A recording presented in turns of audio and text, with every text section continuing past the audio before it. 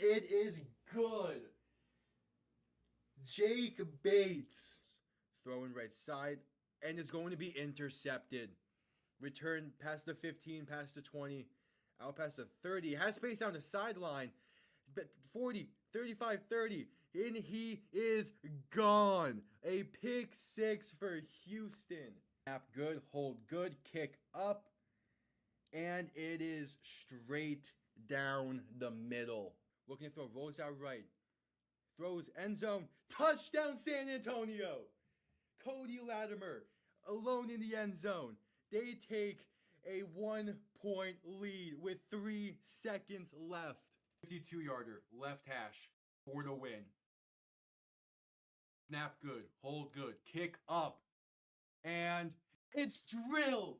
Miami escapes week 1 with the win. Jason Sanders is looking to throw. Pass right side, wide open. Touchdown Drake London. Touchdown Drake London. Atlanta has tied this game and are an extra point away from taking the lead. Needing the 12-yard line. Handoff, Robinson left side. And going to be stuffed. A loss of 4, maybe 5 on the play. And with 50 seconds to go, the Chiefs have the ball. And most likely that does it. Ball on the 17.5-yard line. Looking to throw. Stepping up, throwing for the end zone. And caught. Touchdown Green Bay. Dontavian Wicks. 56 seconds to play. The Packers are within 3. 6:17 to play in overtime. Tua shotgun, back to his left. 3 receivers to the right, bunched up. Tua to throw. Pass time. Plenty of time. Pass. End zone, left side. Jonnu Smith. Touchdown Miami. They're gonna win. Let's go, baby. Here, back behind him. 3 receiving options to the left. Gonna send Smith in motion. Toss left side for Saquon Barkley. Good blocking and room to run. Pass midfield, spinning his way. Pass to 35 to 30, 25, 20, 15, 10, 5, and the Eagles respond instantly. Saquon Barkley. Oh my, making his presence felt. 1 play, 60 yards, 3rd and 9 from the 35. Mahomes looking to throw. Quick pass left side, caught by Piron. Has room to run. First down and more. Down to about the 17. And he stays in bounds. That will do it. The Kansas City Chiefs have escaped the Bills and have punched their ticket.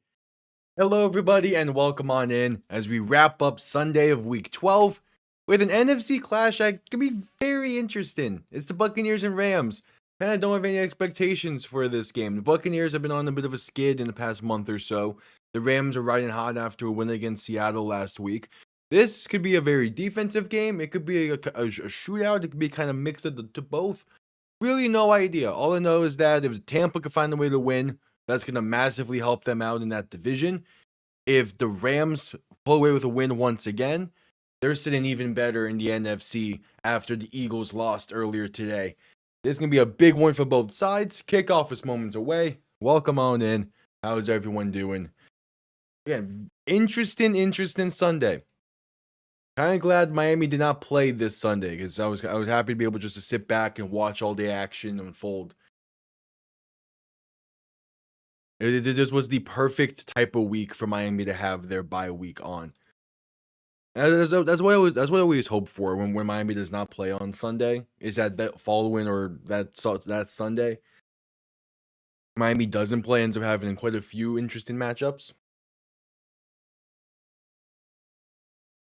I mean, we had 3 overtime games so far this Sunday. Jaguars, Cardinals went to overtime. The Lions and Giants went to overtime. Colts, Chiefs went to overtime. Are we going to have another? Who knows? I'm pretty sure I picked the Rams to win in this game. I might have picked Tampa.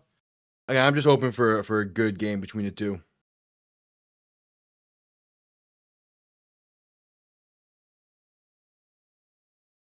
Let me actually see who I picked.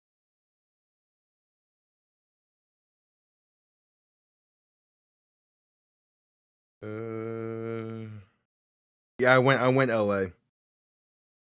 And I'm 8-4, 8-4 in predictions this week. One of them was Thursday night. Nearly went perfect in the 1 o'clock slate. The Eagles screwed me over. The Saints did not play nearly as well as I thought they were going to today. We'll see. It's the second straight week where Tampa is, one, on the road, and two, wearing their red uniforms on the road. Typically don't see that too often. Kind of here for it.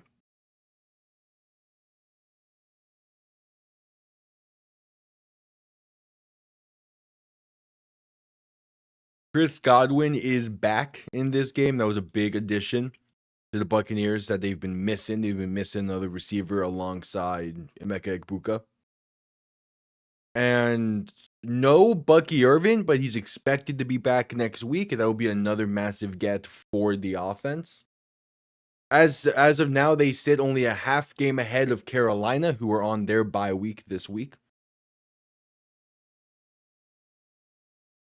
But we will see if Tampa can get to that full game ahead, or if the Rams with a win are in first place of the NFC. So that's gonna make things a whole lot more interesting as we come down this stretch. Oh, is Aaron Donald bobblehead night? That's cool.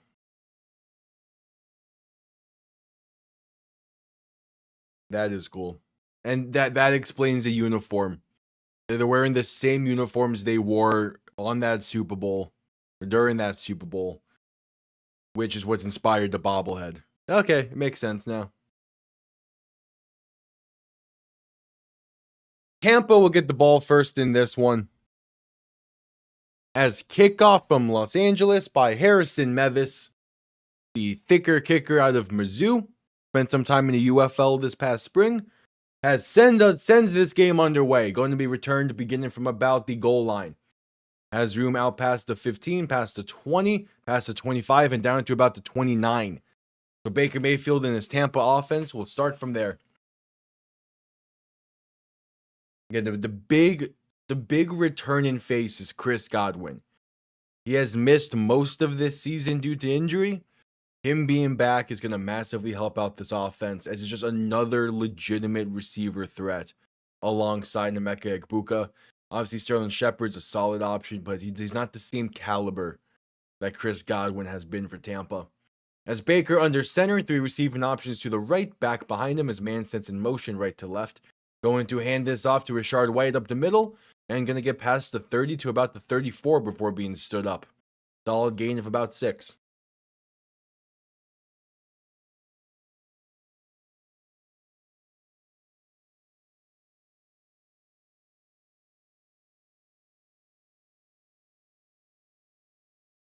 All right.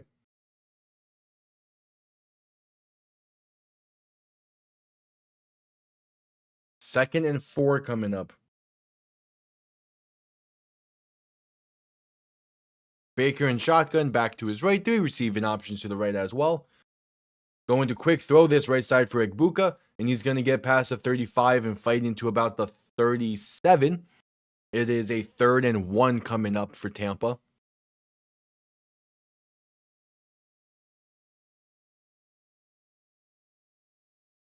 I wouldn't say a lot rides on this opening drive. It would be nice for Tampa to get into a rhythm early, though, especially against this Rams defense that is a very good defense in the NFL this season.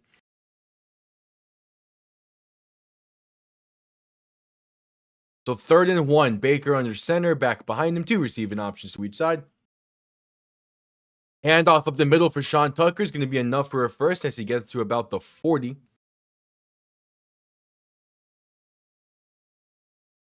And they keep the chains moving. In fact, where does the Rams defense rank in a bunch of shit?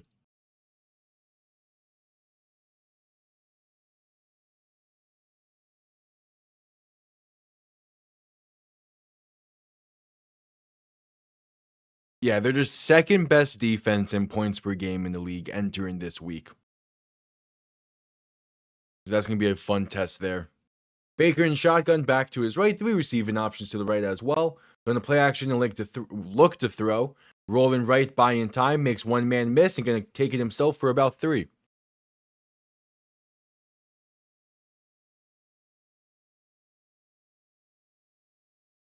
Yeah, roughly middle of the road in yards per game. But that doesn't matter. It's more so points per game that you're looking at.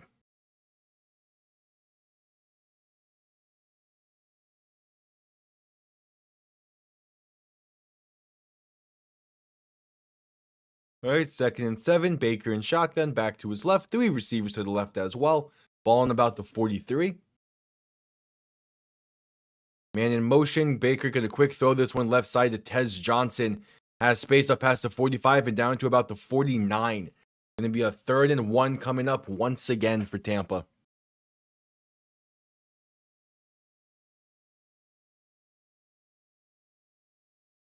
All right, keeping things simple right now. Again, after how they played in the second half last week, I think keeping it simple is a nice approach to this. Baker in shotgun, going to hand this off up the middle for Sean Tucker, who has space up to about the 45, maybe the 44. Either way, plenty enough for a first down and to keep the chains moving.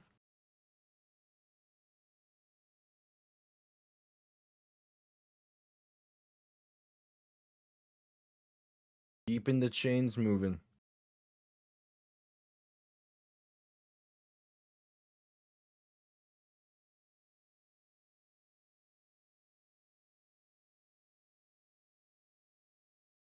So Baker under center, back behind him, play action, looking to throw. Step into his left, has time. Launching one deep, right side for Egbuka, and is going to be batted away, incomplete. I don't hate taking a deep shot there. Maybe not while you're stepping to the left and throwing across field. But I don't hate it. I have certainly seen worse deep shots taken. That was Kobe Durant in coverage, getting that pass breakup. Yes, it's slightly underthrown. But again, I don't hate taking a deep shot. I just think if you're gonna step left, don't throw it right. Baker in shotgun, back to his left. 3 receiving options to the right as well. Gonna hand this off up the middle for White, and that's a gain of 2. Especially if it's a deep shot doing that. Like, one of those things where if it works, it's great. If it doesn't, it's kind of just like a whatever type of thing.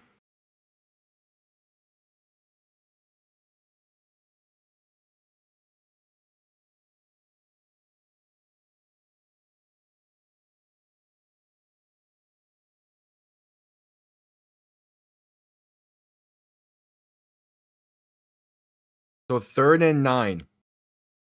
Baker in shotgun, back to his right. 2 receivers to each side. Ball on the 43. LA send in pressure. Baker escapes it to his right.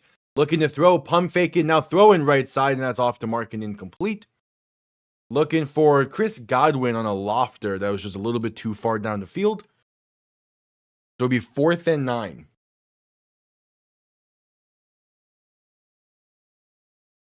I like the blitz that LA threw. They stacked to the left side of the box. Had those two had the linebacker and corner on that side drop back, and then sent the other 2 from the other side. And it worked. I mean, it was Rashard White 1-on-2 basically. So we had to pick someone, and it led to the incompletion. Punt comes off clean, going to be fair caught at about the 19. So the Rams will start from there as Matthew Stafford takes the field with 10:10 to play in the first.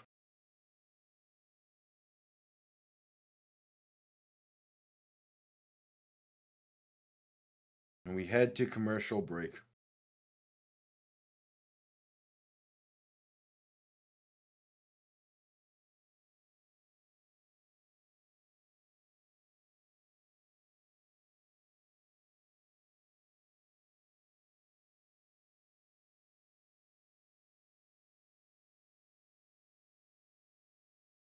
At commercial break.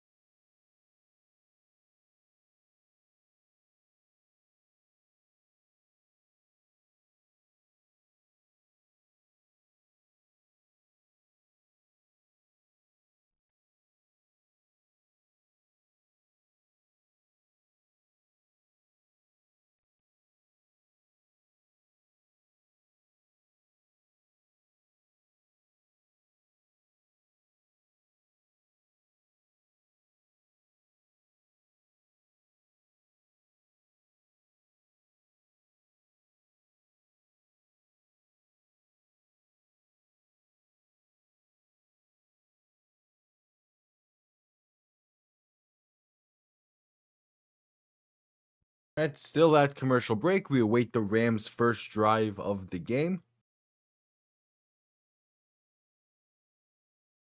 We shall see if they're able to, we shall see what they're able to do offensively. They had a pretty solid showing last week against the Seahawks, at least early on in that game. Eventually they did, stall out a bit. But this is still a Rams offense that on paper can compete with anyone in the league, and they've shown it a few times this season for that to be the case. As we're just coming back from commercial break, it'll be Rams ball from their own 19 to begin their first drive of the game.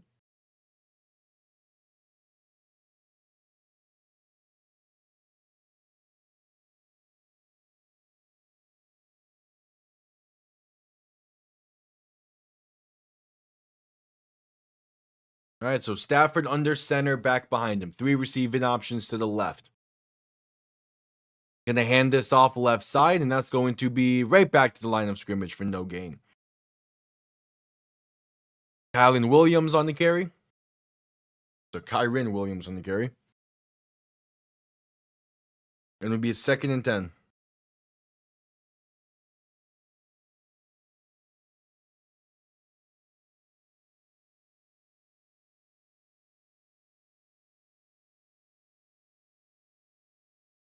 Second down play is a quick throw left side. That's going to be incomplete, looking for Kyren Williams. 3rd and 10 coming up.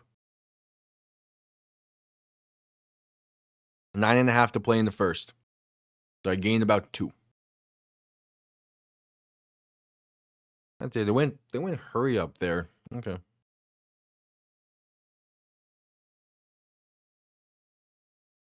They went hurry up in between 1st and 2nd down. Now they're just breaking the huddle.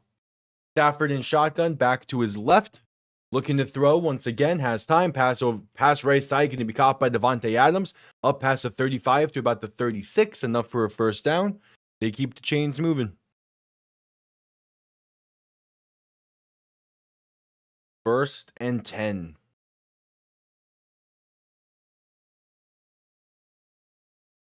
Yeah, that connection between Stafford and Davante Adams has grown throughout the season, and it has been great to watch.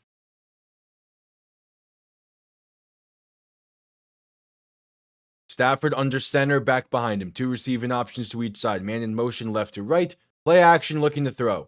Stafford, quick throw, right side, going to be caught with space. Past the 40 to about the 42. That is Colby Parkinson on the reception. And it'll be a 2nd and roughly 4 coming up.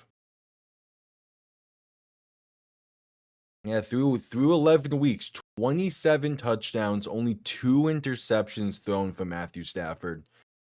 He's been having probably his best season of his career so far. Or at least his most efficient. Stafford under center, back behind him. 2 receiving options to each side. A 2nd and roughly 3. Man in motion, right to left, as Stafford's going to play action and look to throw. Has time, pass right side, wide open is Puka Nacua. Past the 30 and out of bounds near the 26. Even laying a shoulder to Antoine Winfield as he was going out of bounds. And the Rams are moving well into enemy territory.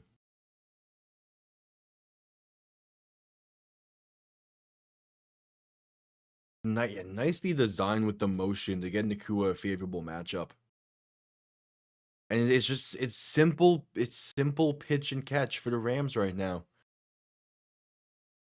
Stafford alone in shotgun, 3 receivers to the left, 2 to the right. 1st and 10 from the 26. Stafford looking to throw. Has some time, trying to escape but unable to. Sacked back at the 38-yard line. That's a large one there. There's a 2nd and long coming up.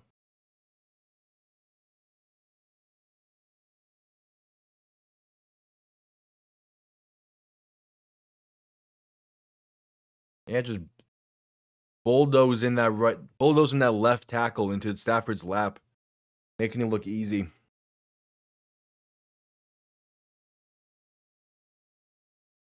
So now it's 2nd and 20.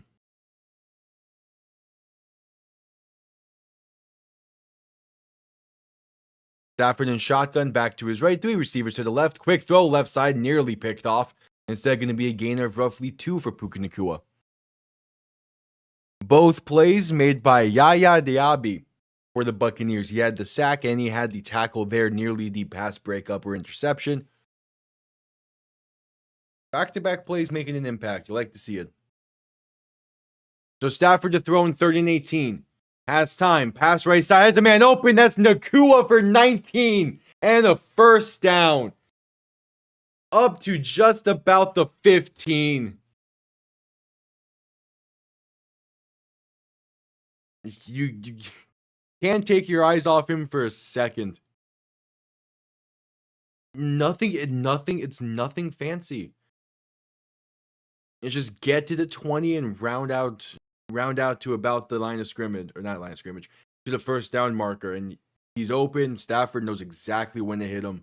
Gonna be ball at the 16. Stafford under center, back behind him. 3 receiving options to the left. Play clock winding down. Going to fake a toss left and roll right. Has space. A wide open Colby Parkinson going for the pylon. And he is short at the 1-yard line.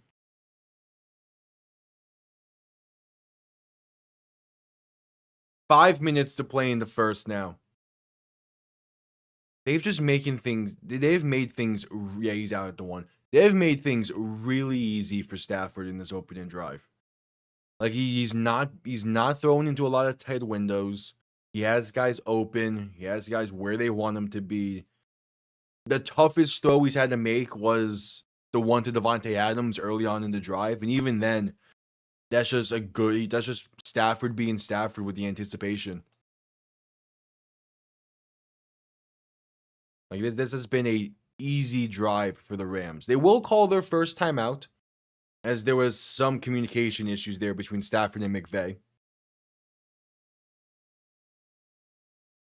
But it's 1st and goal from the 1.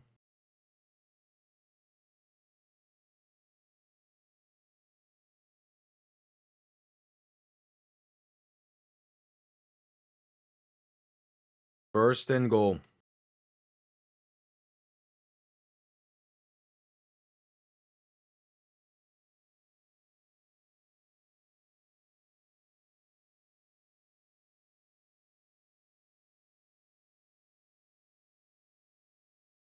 So Stafford under center, back behind him. 2 receiving options to each side. Tight end in motion right to left. Stafford throwing right side, and it's a beaut. Davante Adams on the goal line fade. The Rams take the early lead. That might be the best goal line fade I've seen thrown in the past 5 years. That is a beaut of a ball. Like, there's just no guard in that. That's literally a perfect throw for Matthew Stafford. There's nothing that defender can do.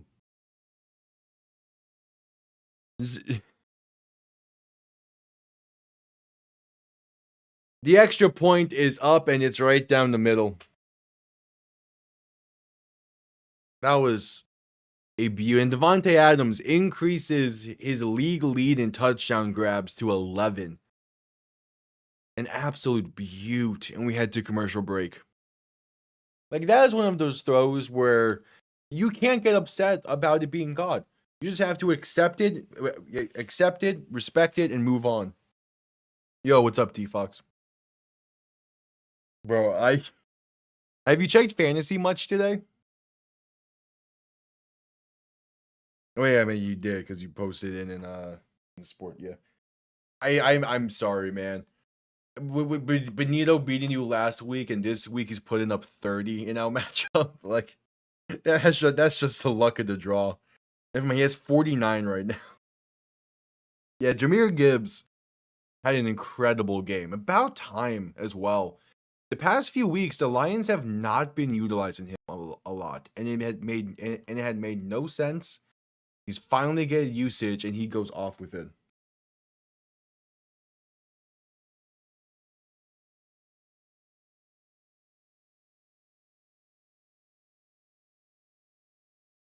It's crazy how you had that good of a performance from Gibbs and everything, and you're still projected to lose.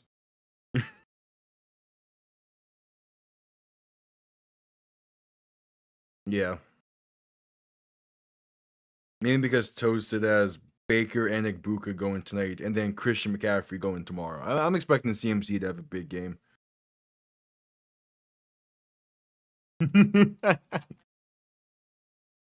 Yeah, I mean, he should be able to lock in on Thursday.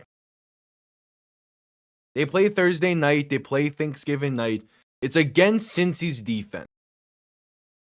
Lamar Jackson should have a great game. He always does against Cincy, especially with how their defense has been playing.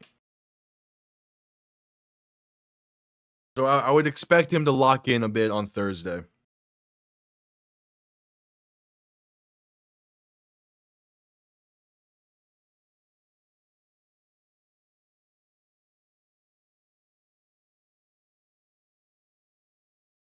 I mean, he doesn't have usable receivers, but he has usable pass catchers. Mark Andrews, Isaiah Likely are solid pass catchers. Even Zay Flowers and DeAndre Hopkins, they're serviceable enough for what the Ravens want to do as an offense, which is give Derrick Henry the ball. Kickoff underway, going to be down in the end zone for a touchback. Buccaneers will begin from the 35.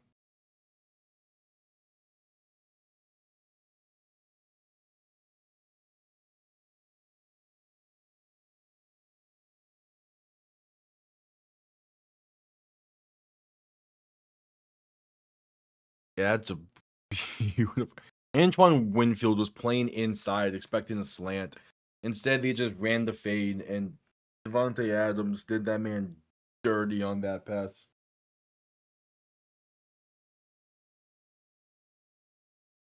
All right, so Baker under center, back behind him, 2 receiving options to each side. First play of the drive is going to be a handoff up the middle for Sean Tucker, who's going to get about 4. All right.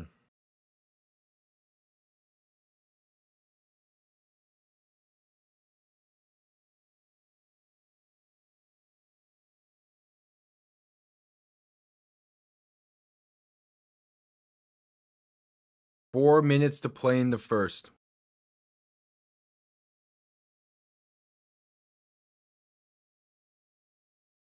Baker under center, back behind him, 2 receiving options to each side. 2nd and 6. Going to hand this off up the middle for Sean Tucker, and that is a gain of about 2.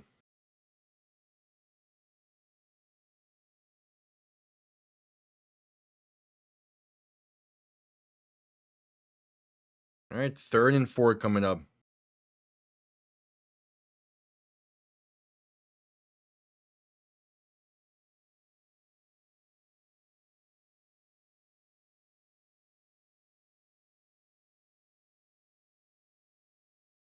So Baker in shotgun, back to his left. 3 receivers to the right. 3rd and 4.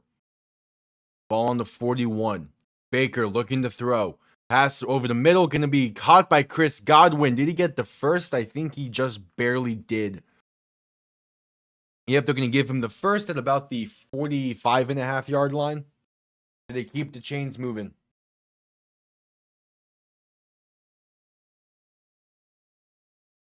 Yeah, and the fact that they got eliminated this early on in the season as well.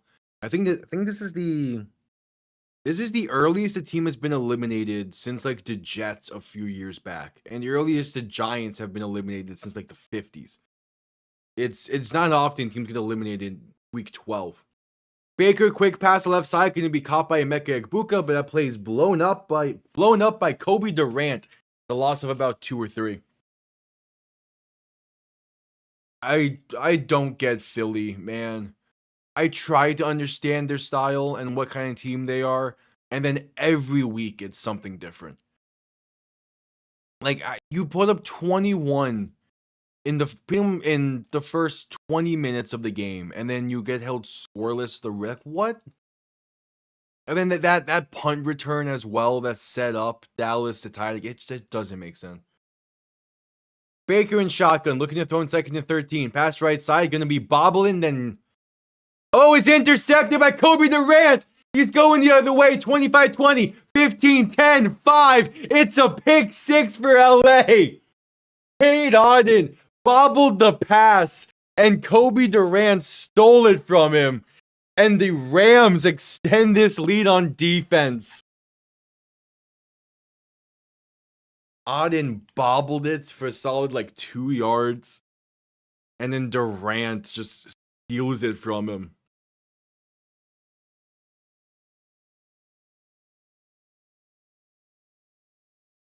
Are they going to say he had possession and his knee was down?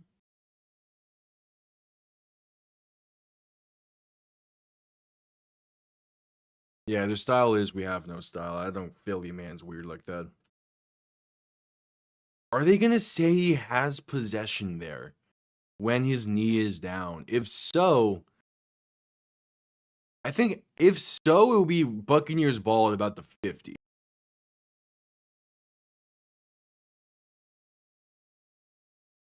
No, they're going to say it's a pick six. Harrison Mevis for the extra point. It is up and right down the middle.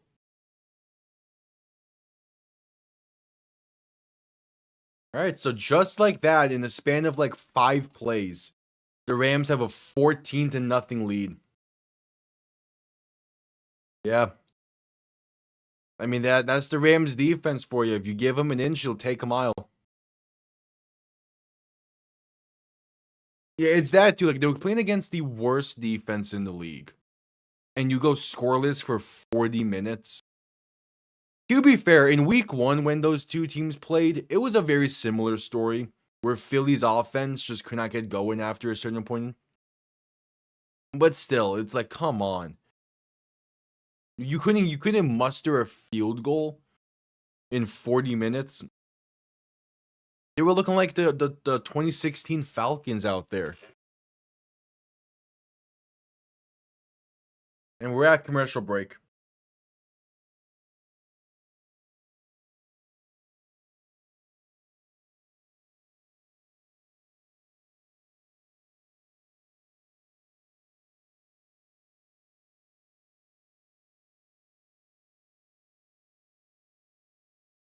At commercial break.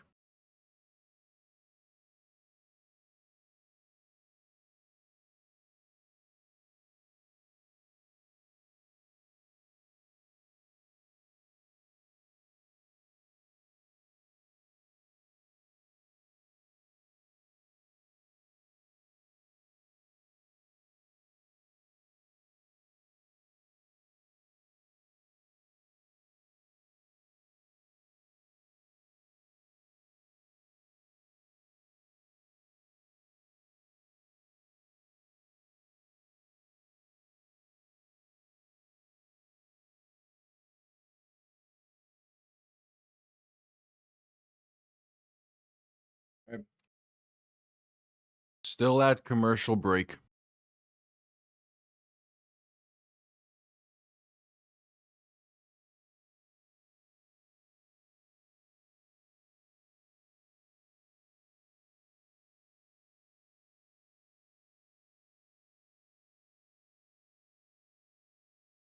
The channel, Tom Grossi, I've talked to you about Tom before. On Tuesdays, he releases a comedy skit series called pretty much What If the NFL is Scripted. It's kind of taken a mind of its own since he started it, but yeah, it's just comedy skits and shit. It's cool. It's fun.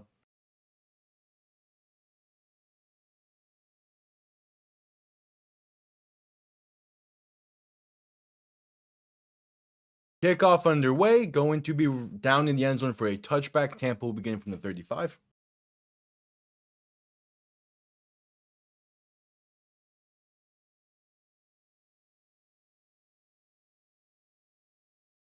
And how do you shake off that interception?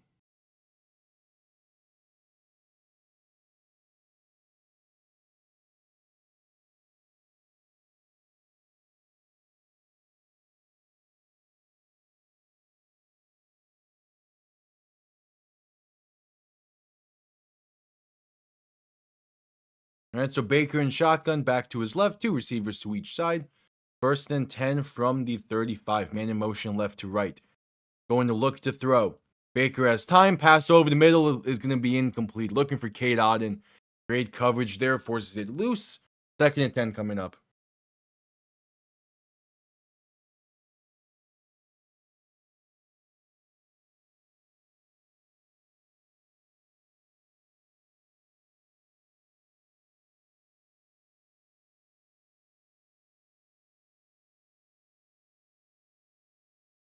All right, 2nd and 10.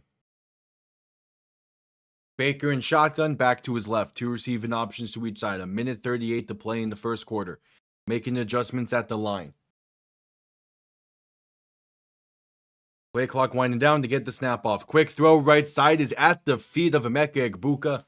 Going to be incomplete. 3rd and 10.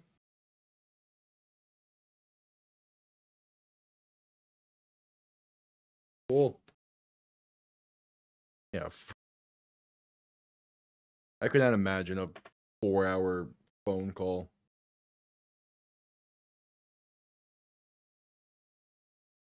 But that's nice.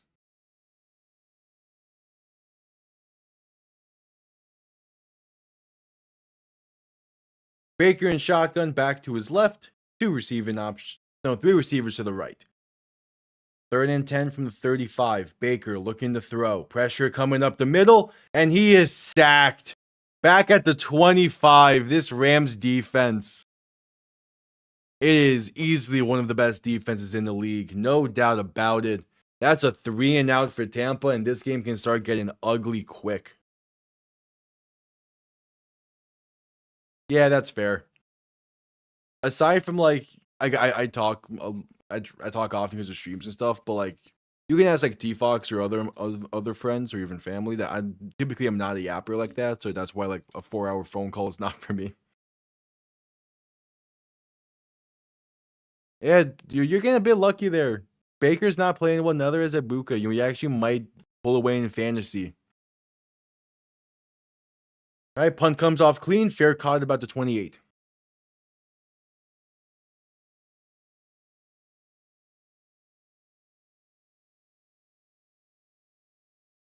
All right, 48 seconds to play in the first quarter. We head to commercial break.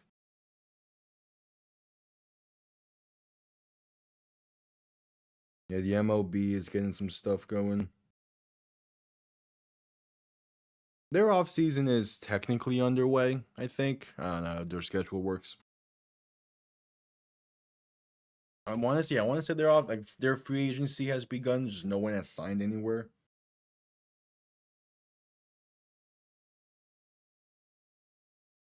Yeah, T-Fox isn't as deep into football as I am. Not pretty much. I'm not really any of my friends are. I'm kind of insane with it. But yeah, I think you would get a kick out of it, T-Fox. Maybe don't start with the most recent episodes, as you would lose a lot of context. As again, it has kind of morphed into something more than just a simple NFL scripted comedy sketch.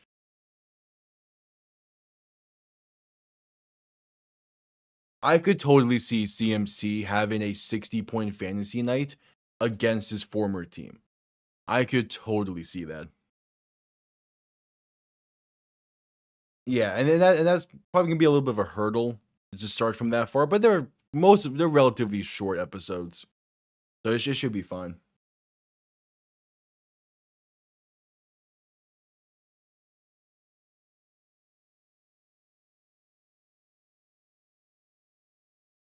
Wait, they're still showing commercials for the Fresh Prince of Bel-Air remake?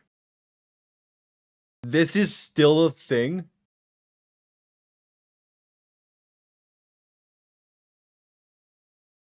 Sorry, that's a final. How many seasons has this had? I thought that was dead like 2-3 years ago. What do you mean it's still been going on? We're still at commercial break.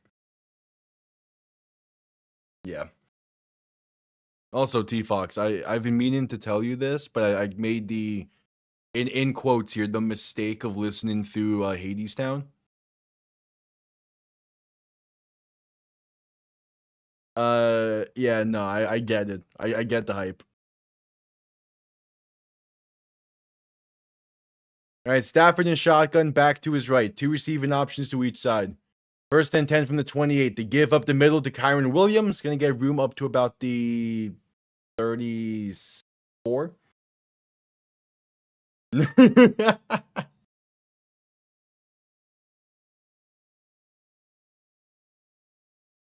Yeah, I put mistake in quotes there. They obviously like the Greek myth nerd in me has some gripes with it on like the very smallest of nitpicking levels, but it's catchy. It's good. No, I've been hooked on Wait For Me for the past 4 days. Handoff up the middle for Blake Corum's gonna get about 4, should be enough for a first down, and that brings us to the end of the first quarter. 15 minutes in, this game has been all Los Angeles. See if they can continue the dominance, or if Tampa can find some magic to reel this game back into control.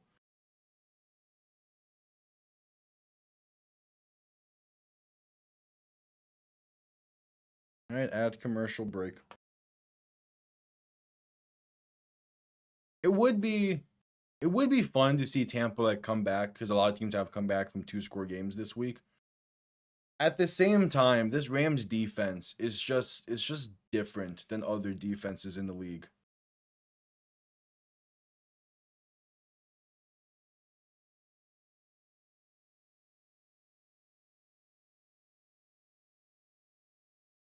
Give us some hope.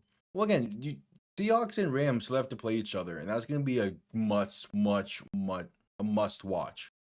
That game is going to be great.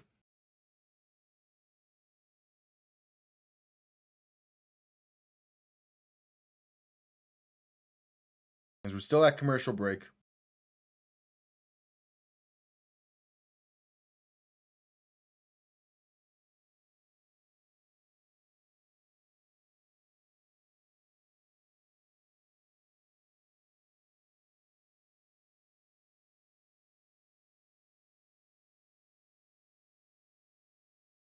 Yeah.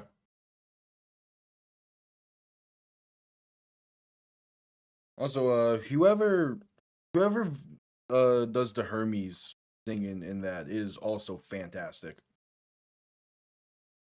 Like I haven't like actively gone back to listen to what was it, the song Road to Hell, but it's like the melody of that and some of his stuff still sticks with me. I'll probably will give it like another full listen through at some point, just so that way I can get like more attuned to it. But no, yeah, it's great. Because like I was telling the others this, but I think like I think it's back on Broadway. In the past like week or so, it got back, so it's been all over. It was all over my TikTok feed. So I was like, screw it, I'm finally just gonna bite the bullet and listen to it. And yeah, now, yeah, no, it's. I think you've described it to me before, and we've talked about it before. But I kind of just like threw it off to the side because it's like, oh, like it's like weird how the concept of it kind of didn't stick to me. But no, when you listen to it, you understand how it all fits together and and the quality of it. Stafford play action, looking to throw. First play of the second quarter. Pass over the middle, gonna be stuffed at the line for no gain. Well, yeah, but I think they like the rotating cast or something. It was like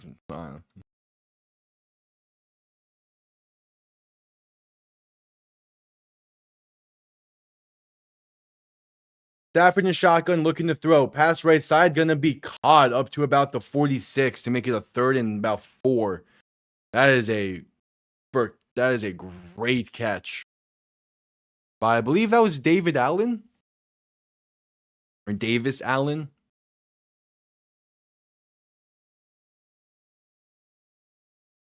Yeah, Davis Allen on the reception.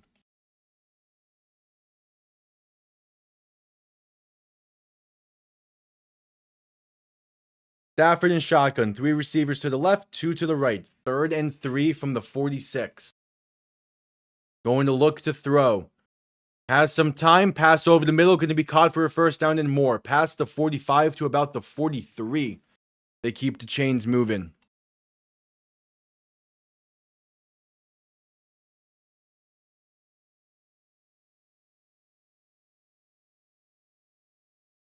Number 15? Tornado Mumfield on the reception.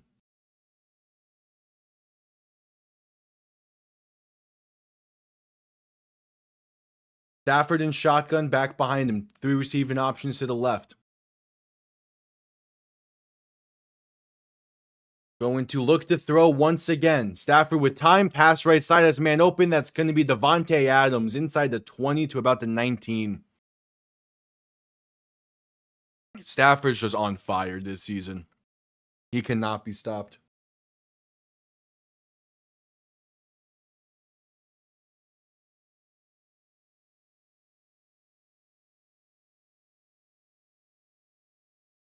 All right, 1st and 10.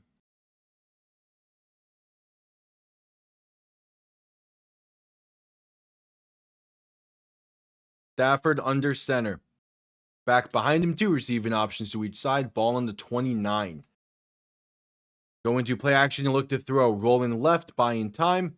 Passing left side, going to be incomplete. Looking for Davis Allen. That is the first incompletion of the night for Matthew Stafford. He went a perfect 13 for 13 leading up to it. Now going to be 2nd and 10.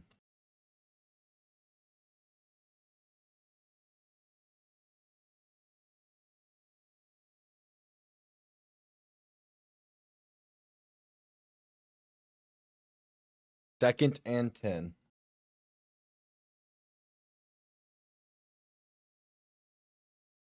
Stafford in shotgun, back to his right. 3 receiving options to the left. Man in motion, left to right. Stafford going to play action and look to throw. Dump off right side, going to be caught by Parkinson. Has space and blockers inside the 20 to about the 15. A first down pickup, and the Rams are back in the red zone. Just keeping things moving.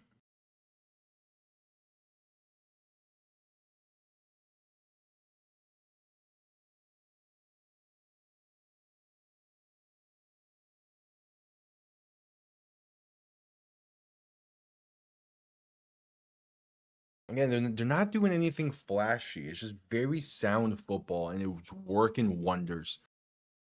Stafford under center, back behind him. 3 receiving options to the left. Play clock winding down to get the snap off as they give this up the middle to Corum, who has space down to the 5. Enough for a first down pickup once again. 1st and goal, LA coming up.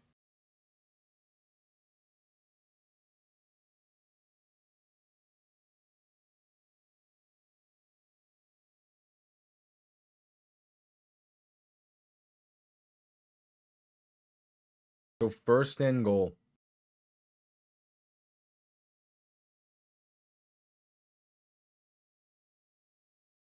Stafford under center, back behind him. 2 receiving options to each side. 11 minutes to play in the first half. Stafford throwing left side, and it's off the mark and incomplete. Looking for Puka Nacua on a goal line fade. Had him back shoulder. Just a little bit too far outside. 2nd and goal now. You go from one of the best goal line fades on a touchdown to Davante Adams to a still solid one, but not really quite the same. That's why the goal line fade is a flawed play. Flawed play.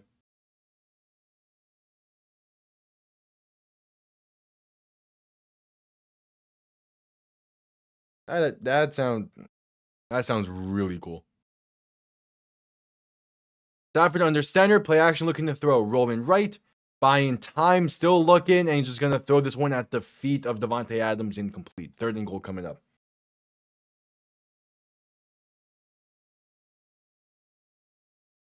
Anyway, making your own NFL OCs. That's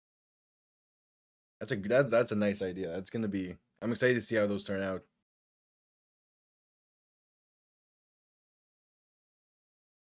I would say try to not take too much influence from all the others, but at the same time there's a reason those others are notable. That was, yeah. Stafford looking to throw in 3rd and goal. Pass over the middle, wide open. Colby Parkinson. The Rams up by 20 pending the extra point. And we're not even 5 minutes into the second quarter yet.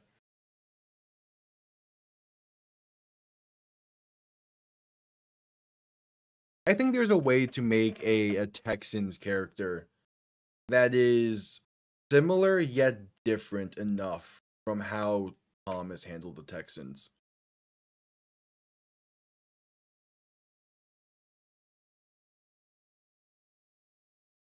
Yeah.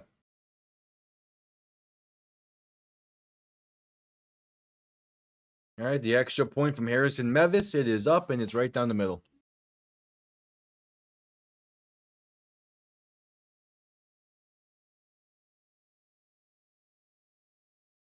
Because like, there's already a few things that like, I would be thinking about for that kind of stuff. Because like, there's, I think one of the bigger things is with the Raiders and handling them. Because they're, and just in general, they're a weird team to handle stuff like that for. Also, what the fuck is this commercial?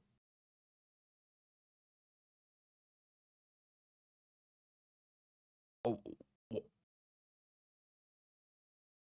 why does Walmart have a commercial that's just knockoff Grinch? What? They spent money on that?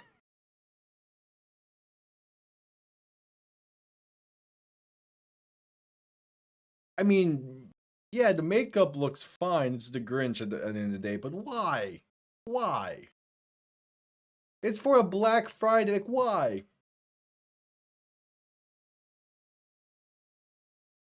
I'm sure maybe not that exact one.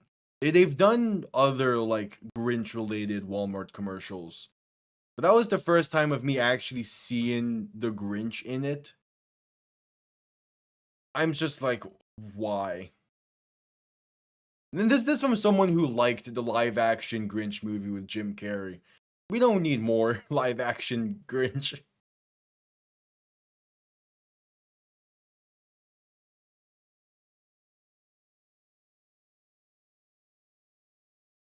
Yeah, that's what this new commercial showed. And like that was what I was thinking of. Was like, how do you handle the fact that the Raiders have like long stays in multiple places? Because you have Oakland, which is the primary. Then you have their stint in Los Angeles that was pretty successful. I mean, they won a Super Bowl there, and now you have them in Las Vegas. It's wait, there's a way to handle this. I just thought of. You could just Moon Knight this shit.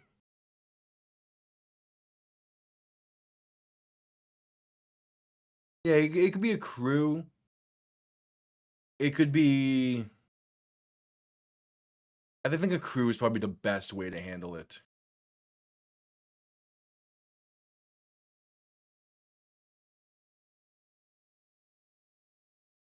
By the way, like it's.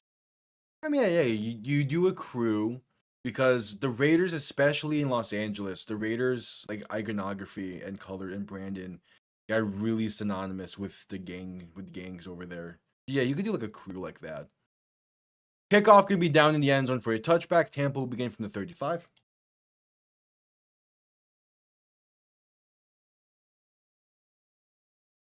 Oh, speaking of the Raiders, they're showing the Baker Mayfield drive that got him his job in Tampa when he was with the Rams.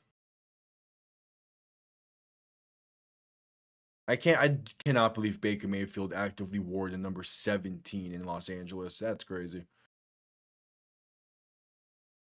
All right, Baker under center, back and fullback behind him. And in motion left to right. Going to hand this off up the middle for Sean Tucker. That's going to be a gain of roughly 5. Again, I love the Jim Carrey Grinch movie. It doesn't mean we need more live action Grinch because that made the makeup process and like the to do that practical was like one of the worst experiences Jim Carrey had in his career off like interviews and stuff. Which makes total sense. That looked uncomfortable to. That looked very uncomfortable to do. Baker under center, back behind him, 2 receiving options to each side. 2nd and 6 from the 39. Play clock winding down to get the snap off. Play action looking to throw. Pass right side. Going to be just off the mark. No one really in the area. Pressure got there quick. And it's a 3rd and 6. And that's going to be intentional grounding as well, I think. Unless they just picked it up.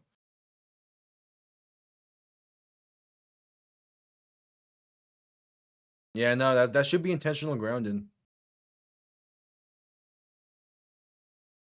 Unless they maybe got back to the line of scrimmage. Yeah, still 3rd and 6. Baker in shotgun, back to his right. 2 receivers to each side. Play clock winding down. They get the snap off. Baker to throw. Pressure coming quick. Gonna take it himself up the middle with room. 1st down and sliding down near the 48. All right, that's like the 3rd 1st down of the night for the Buccaneers.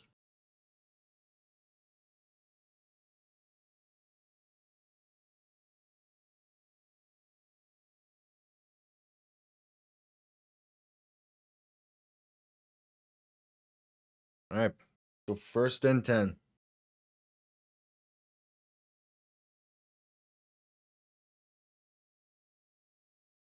Baker in shotgun, back to his left. 3 receiving options to the right. Going to hand this off up the middle for Rashard White, and that is a gain of a yard.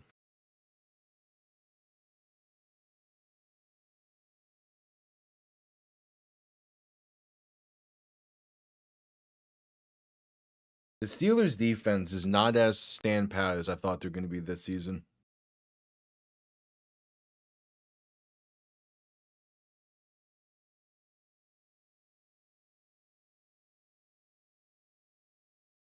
So 2nd and 9, Baker in shotgun, back to his right, 2 receiving options to each side. 8:40 to play in the 1st half. Play clock winding down. They're going to get the snap off as Baker looks to throw. Quick pass left side caught by Auden. And that's a gain of about 3, maybe 4. Gonna set up a 3rd and medium.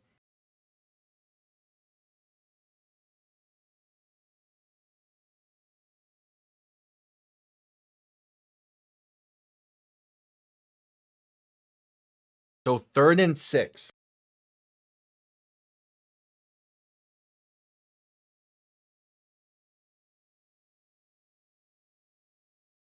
Eight minutes to play in the half. Tampa's going to need something on this drive. Baker in shotgun, back to his left. 3 receivers to the right. Play clock winding down. Baker making adjustments at the line. And they get the snap off as Baker looks to throw. Pressure coming. Escapes it up the middle. Fighting forward. That's another 1st down carry for Baker Mayfield. Gain of 7. And they keep the chains moving. Baker using his legs is a solid weapon for the Buccaneers.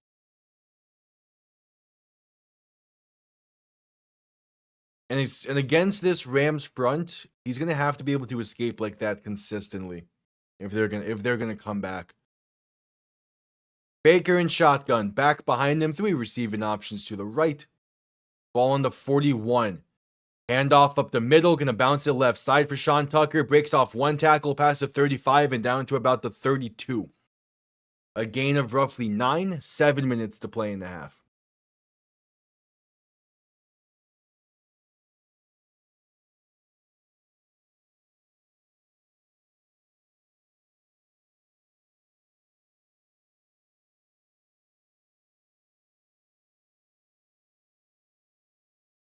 All right, 2nd and 1.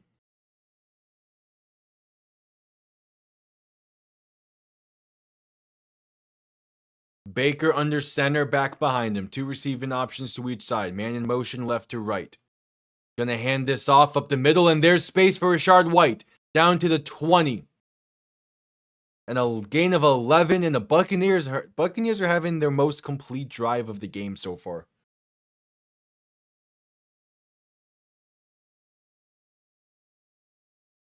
Yeah, that's a good idea.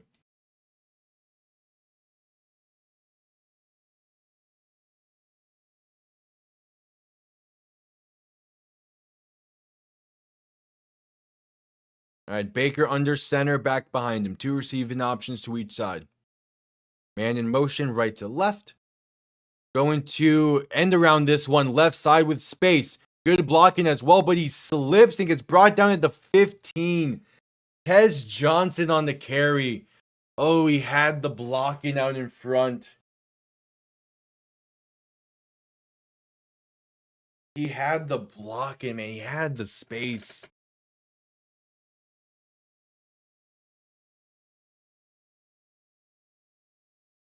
Yeah, he tried to plant his shift left, but it just slipped.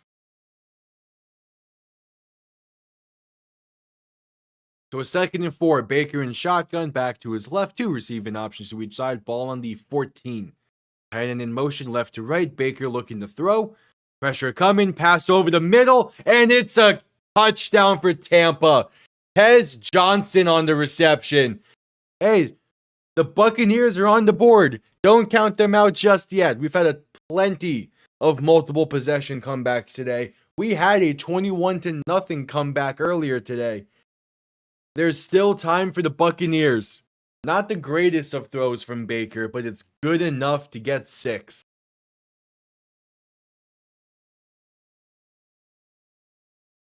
Oh, he instantly went to grab that left shoulder. All right, so the extra point is up, and it is right down the middle. And Baker's going to the medical tent afterwards. That's not a good sign. There's 5 minutes to play in the half.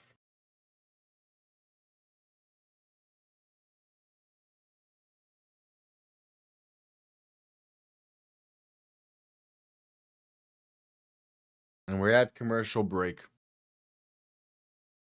Yep, so tomorrow night for the Panthers and 49ers, I'll be live for that game.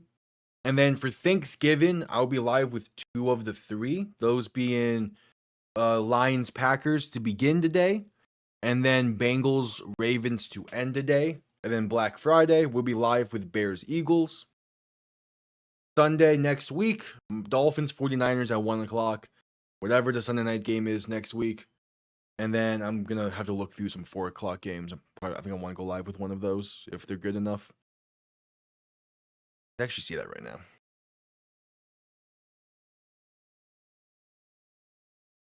Yep, at commercial break still. 5 minutes to play in the first half.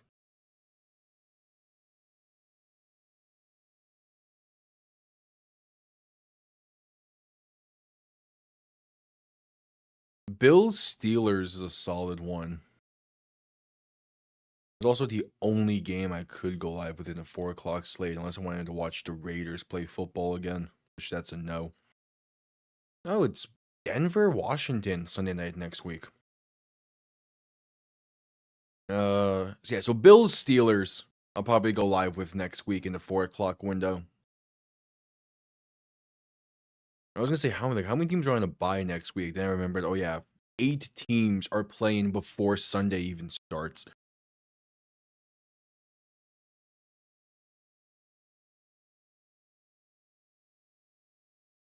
So there's not a lot of options for Sunday. Oh well. 5 minutes to play in the half. We're just getting back from commercial break.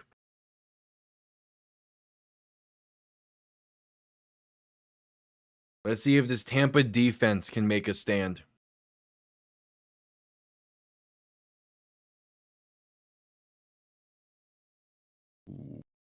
Was it week 14? Yeah, week 14 has a good 4 o'clock game.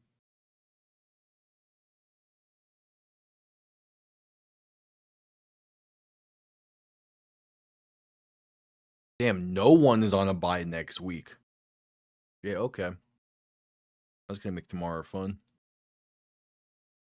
All right, just getting back from commercial break, and there is the Staples Center. I refuse to call that thing Crypto.com Arena. It's the Staples Center, home of the Los Angeles Kings. Totally no other team play there. Kickoff underway. Going to be down in the end zone for a touchback. The Rams will begin from the 35. And there's that replay of where the broadcast believes Baker banged up his shoulder.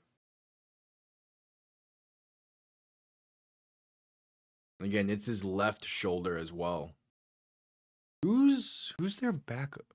Teddy Bridgewater is their backup. That would be tough.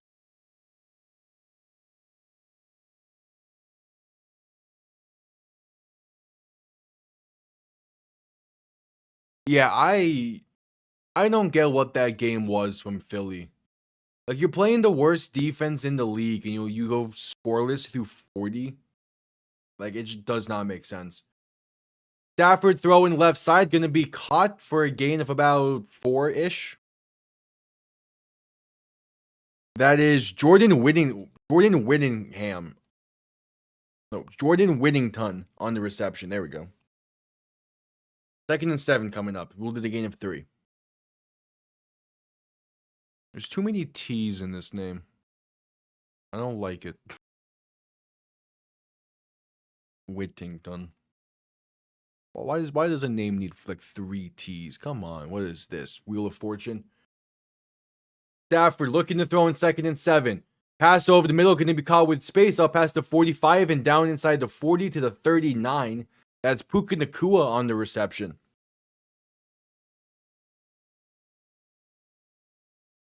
Yeah, but that's also just Baker's style. I mean, he's not one that he doesn't slide often. Stafford to throw in 1st and 10. Pass over the middle, going to be caught inside the 25 to the 24. That is Kanada Mumfield on the reception. Also, there's beautiful sidearm throw from Matthew Stafford. I also want to say that shoulder's the same that Baker injured in Cleveland. That eventually led to him getting replaced by Deshaun Watson. No, that was right shoulder. This is left. Okay. Stafford looking to throw in 1st and 10. Pass right side for Davante Adams in a bucket. Touchdown Los Angeles. And Davante Adams goes into the tunnel. He knows this game is pretty much wraps. The Rams are unstoppable in this one. Davante Adams' 2nd touchdown of the night. He continues to extend his league lead in receiving touchdowns. The Rams cannot be stopped. Beautiful throw, man. Stafford is one of the best. He's one of the best throwers of the football today. Hell, even most of his career, he was a great thrower. His touch with it is just fantastic. Extra point is up and good.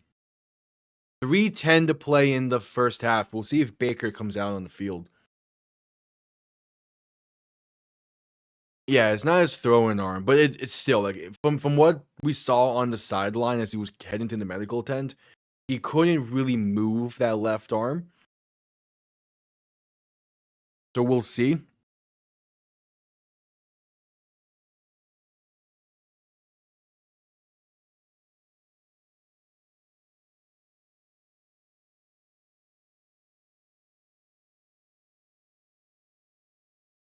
Yep, we're at commercial break.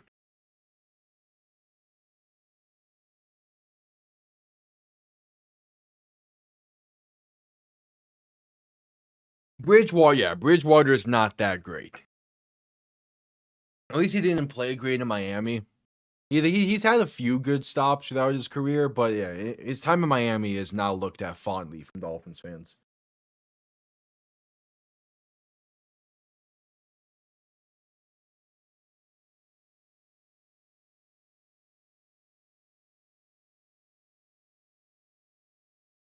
All right, left shoulder injury for Baker. He is expected to return. Also, that is Matthew Stafford's 27th straight passing touchdown without an interception. God damn. Give Stafford his MVP, damn it. Give it to him. That's the one piece. No, he doesn't have Super Bowl MVP because I'm pretty sure that went to Darnold. Either way, he's missing that MVP. I think if he wins it this year, I think he solidifies himself in the Hall of Fame. He's close already. But man, like he gets it this year. He gets the MVP this year, and they go on another good playoff run. Yeah, it's a lock.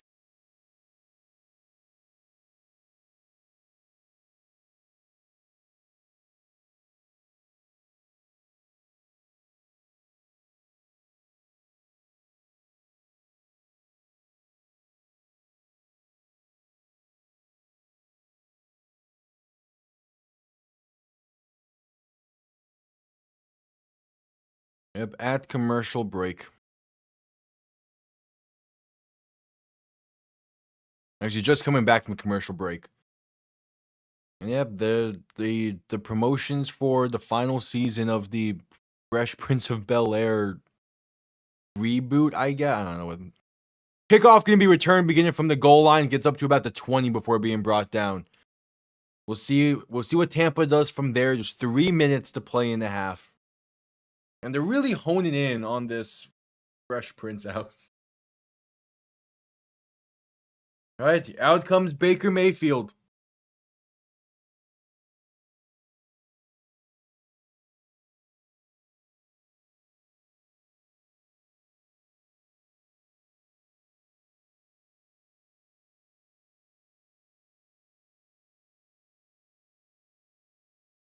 Baker under center, back behind him, 2 receiving options to each side.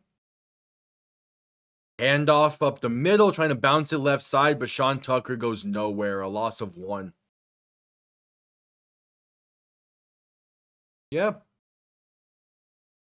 Probably gave him quite a few painkillers in the medical tent. They know they need Baker. He is also just a tough son of a bitch. He's not one. He does not get him off the field easily. Again, his last season in Cleveland, he probably should have. He probably should have not played most of those games, but he wanted to. He wanted to play for the Browns, and it ended up costing him for a year or two. But he found a home in Tampa. As Baker looking to throw in 2nd and 10, gonna shovel past this one left side to Sean Tucker, and that's a gain of about 3, maybe 4.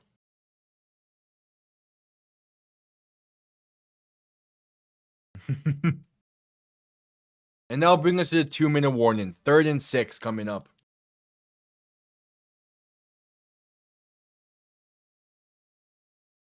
Two-minute warning. Yeah, this game's already kind of ugly.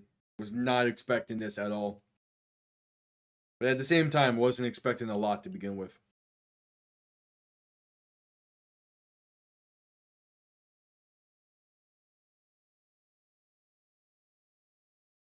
Oh, for sure.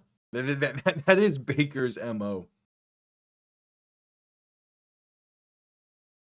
As long as he wants to be on that field, he's gonna be on that field. As long as he can be on that field, he'll be on that field.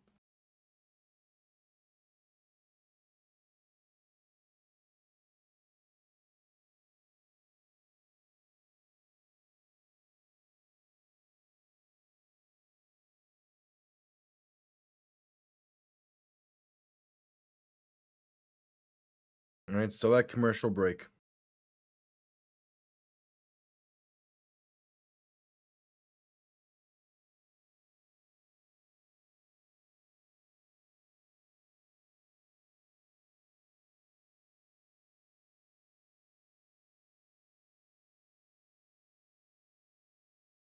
Add commercial break as we wait for the final 2 minutes of the first half.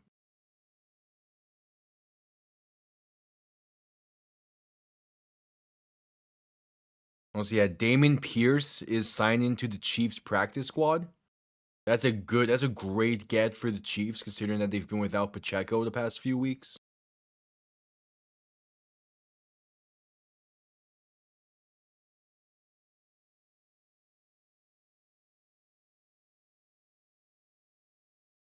Jim McCarthy's alter ego is gonna be 9-5 after this season. God damn, Minnesota. I mean, I get it, but damn.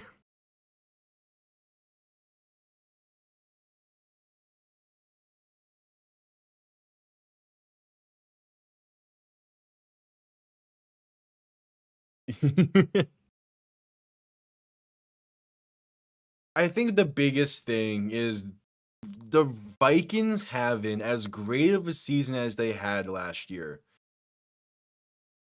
And then going to JJ McCarthy right after. There was a lot of pressure on the Vikings to not necessarily match, but to at least still be a successful team this year. And it's just JJ McCarthy is not ready for that kind of expectations. Again, like, this is basically his rookie season. And he's already missed a few games in this season. Yeah, like expectations were too high for Minnesota.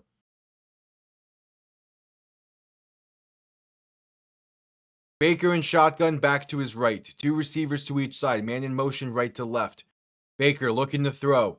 Has time. Pass over the middle. Going to be caught, but not enough for the first. Chris Godwin only gets 3. And the Buccaneers go 3 and out.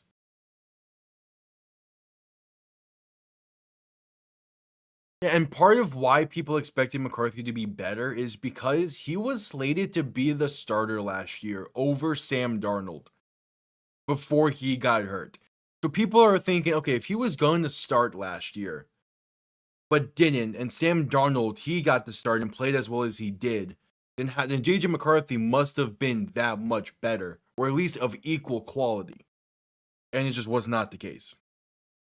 As the Rams call their second timeout as they look to extend this lead before the end of the half. Of which the Rams get ball to begin the second half. Yeah, this could get really ugly.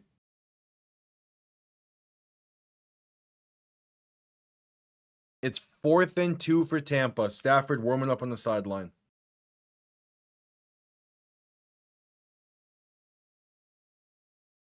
Oh no, the offense is staying on the field for the Buccaneers. Baker and 5 wide. 3 receivers to the right, 2 to the left. They're there. They're going to snap this ball. Baker, pass left side. It's incomplete. Looking for Sterling Shepard. Was a tight window throw. And he just couldn't hang on. I can't say I agree with that decision. Inside your own 30. Oh my god, this game's going to be over before halftime. Okay, place bets. How much of the second half is Matthew Stafford going to be playing? I think I think he'll play the opening drive. And then that'll be it. At this rate, you don't need to play him that much. That was Emmanuel Forbes on the pass breakup. Stafford in shotgun back to his right. 2 receivers to each side. Going to hand this off up the middle for Kyron Williams, and that's going to be a gain of a yard. He'll play at least a drive because they get ball to begin the second half.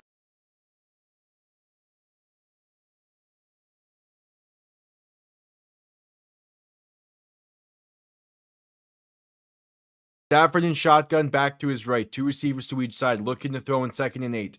Pass right side. Going to be caught up to about the 20. That's Puka Nacua on the reception. They're going to rule him out of bounds at the 21.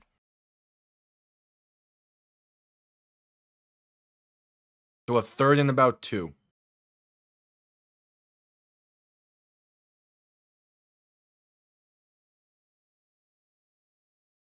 Yeah, in part because the Buccaneers offense is doing nothing. That's why you'll be able to beat Dawson. Yeah, fair. Yeah, I had some food before stream. Filled me up. Stafford looking to throw in 3rd and 3. Pass right side gonna be incomplete. Looking back shoulder to Devontae Adams, but coverage was nice. Now, if he just lobbed it like he did on the previous touchdown, Devontae Adams had a step. But that's the matchup they want the entire night. Is Devontae Adams against Zion McCollum. But hey, the Buccaneers defense actually did something. It's a 3 and out. So out comes Harrison Mevis for his first NFL field goal attempt. Again, he kicked a bit in the UFL. Was successful there. It's a 40-yard kick from the right hash. Kick is up, and it is money right down the middle. The Rams extend this lead to 24 with a minute to play. Yeah, the Bucs had life back in week 5, and then injuries happened. The Bucky Irvin injury is being really impactful. Is his injury? Godwin just got back this week. It's the injuries. But even then, like, they've just been playing off offensively.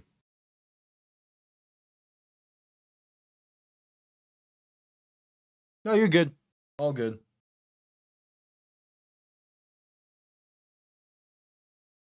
I can respect when sometimes you just have to focus in on something else and lurk and have this on in the background. I'm fine with them. I do that a ton for other streams.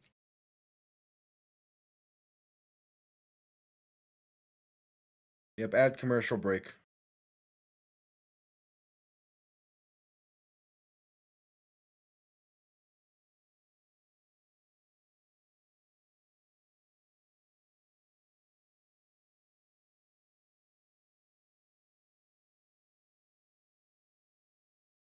Yeah, all good.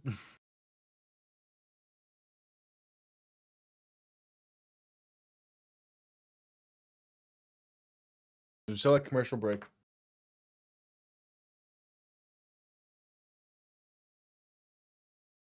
There's a minute to play in the half. Now, with that only being a field goal, I think that's going to guarantee Stafford gets action in the second half.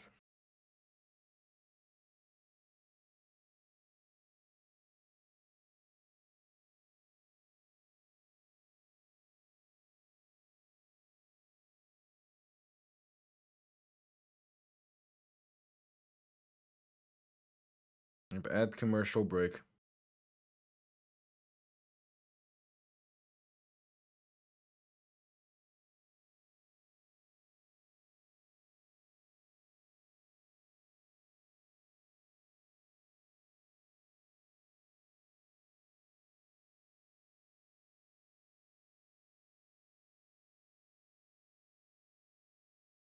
Add commercial break.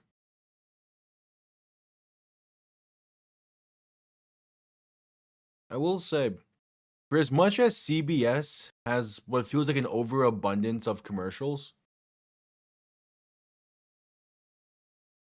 I do prefer the commercial selections of CBS. Also, this Madden cast that NBC has going on Peacock, it's just no.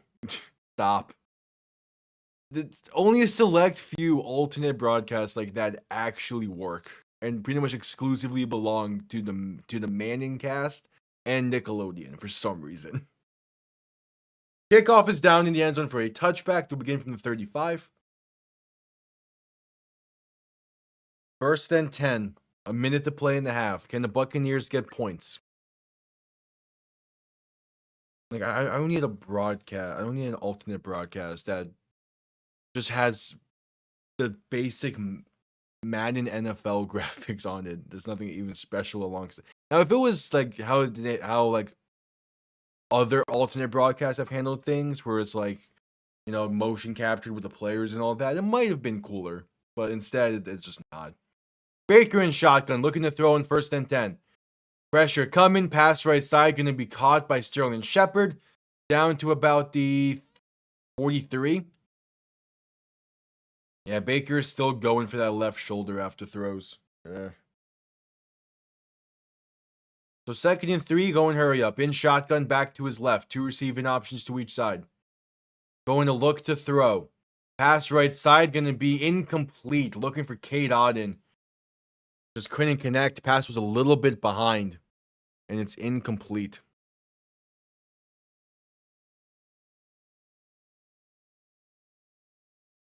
$34 seconds to play in the half.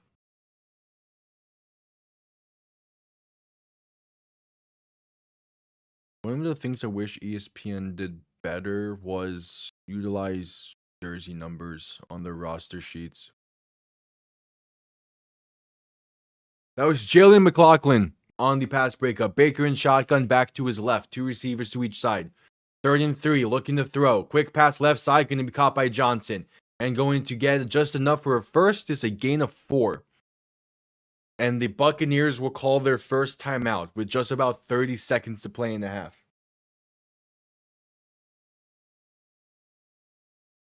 First and 10.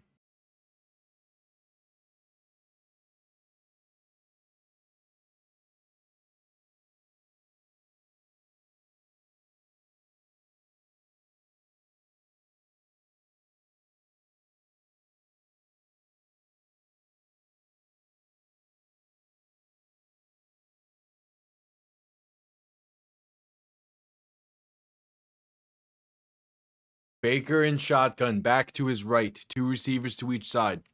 Going to look to throw. Roll in right, trying to buy some time. Pass in right, and that is off the mark and incomplete. Penalty marker is down. 24 seconds to play in the half. This Tampa offense, man, it has lost its muster. Illegal contact against the Rams is the call. 5 yards, automatic first. All right, the Buccaneers are able to move a bit on this one, but not by much.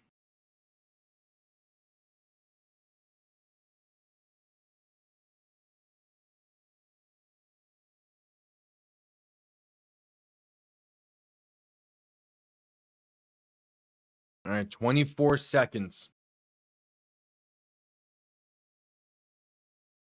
Baker in shotgun, back to his right. 2 receivers to each side. Ball on the plus 49. Baker looking to throw. Pressure coming, escaping to his right. Passing right, gonna be incomplete. Looking for Cade Otton. Emmanuel Forbes on the pass breakup. 2nd and 10. That's a great play from Forbes.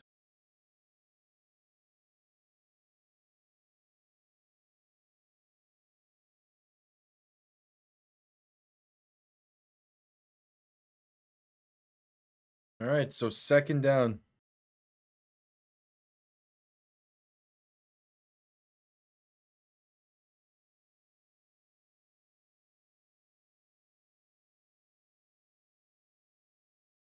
Baker alone in shotgun. 3 receivers to the right, 2 to the left. Play clock winding down to get the snap off. Bad snap, and Baker just falls on it back at the 40. 12 seconds to play. Timeout called by the Buccaneers.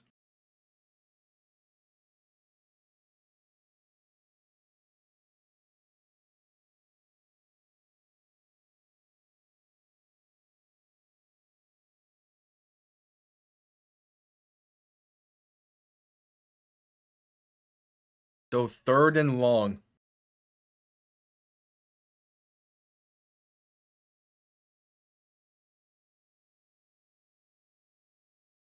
It's a 3rd and 21.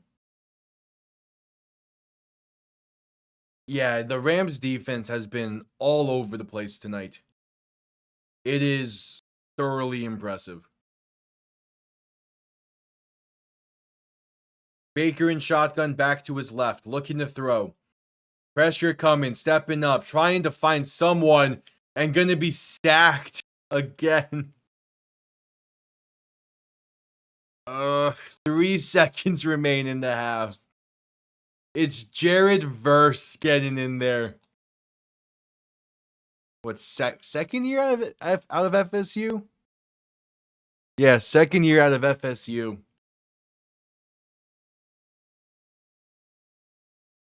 Just wow. And this Rams front. This Rams front is young and it's great. They're not an easy front 7 to block.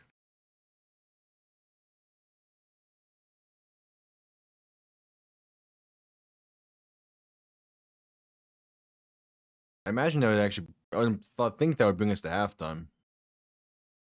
No, the Rams called their final timeout with 5 seconds. They're going to try and do something on a punt return, maybe. Offense is staying on the field for Tampa. Maybe they're hoping for some defensive magic here. I have no idea why they would call timeout.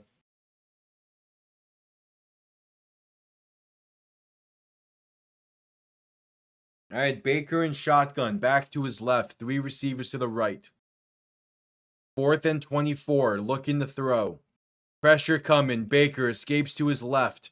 Trying to buy some more time, still running. Looking, launching one. And it's going to fall well short of the end zone. In fact, it's picked off. Emmanuel Forbes, does he have some magic here? Flipping the field, past the 30, 35, 40. Still going 45, 50, and going to be out of bounds at the 48. As Baker is on one knee, grasping that left shoulder.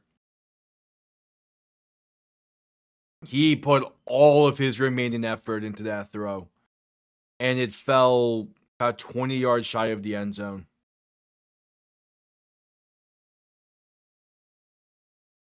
Yeah, the ball released and he instantly went down holding the left shoulder.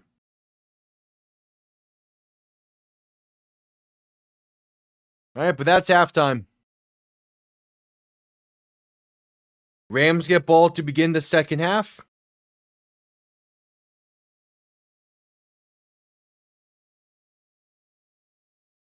I'm going to see how much more ugly this game can get. If I'm Tampa, Baker does not play in the second half. Even if he, in theory, could, you can't play him in the second half. This game's already out of reach. You're gonna need him you're gonna need him down the stretch. You can't play Baker in the second half. You need him down the stretch. Just you actively like 4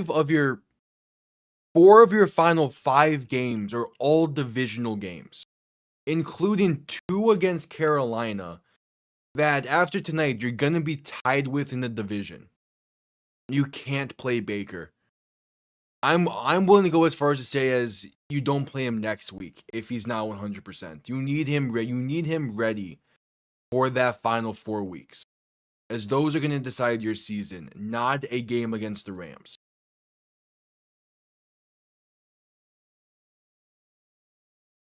Like that's what's going to decide the season. Because even if they somehow come back and win tonight, they're not going to jump the Rams in the playoff seeding. So you're most likely going to be the 4th or 3rd seed either way in the NFC.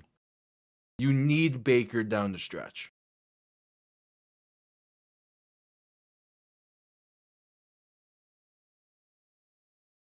Let me word it this way. Do not pull a Minnesota Vikings with how they handled Carson Wentz this season. You cannot pull that. This is one of those situations where you cannot force him out there. The team, because Baker's going to be like, yeah, I'm good. I can play. Just, get me just give me the halftime. Let me rest the arm a bit. I'll be good to go. There's no need to play Baker. The team needs to step up and be the ones. Hey, we're gonna need you in the final month. You cannot play in the rest of this game. Well, Jaden Daniels wasn't in severe discomfort throughout the game, but leading up to it, Carson Wentz was. Yeah. Like, Carson Wentz should have been taken out of that game well earlier than he was, when he actually was. And everyone knew that. Because you can just look at Carson Wentz play in that 3rd, 4th quarter and see he was in pain. Yeah. It's the Commanders should not have played Daniels because they would have needed him they would have needed him in the month or so he's missing. And Wentz and Baker both are guys that you can tell are in pain and should not be out there. For as good as Baker is compared to Teddy Bridgewater, if he can't play down the stretch, it does not matter.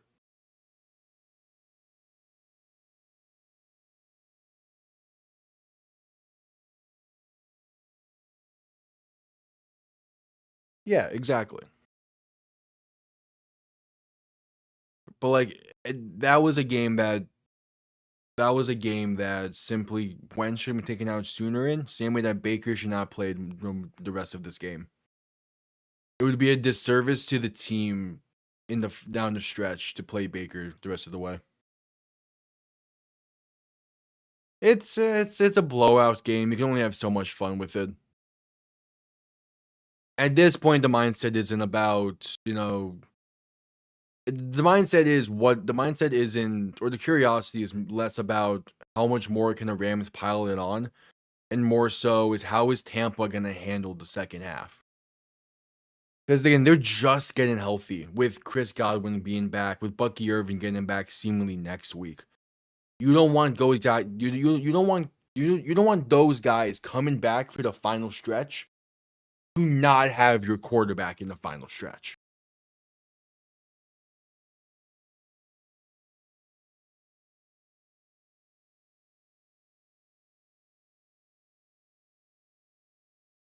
Yeah.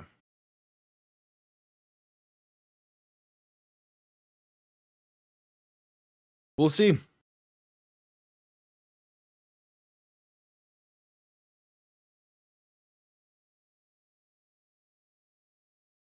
We will see.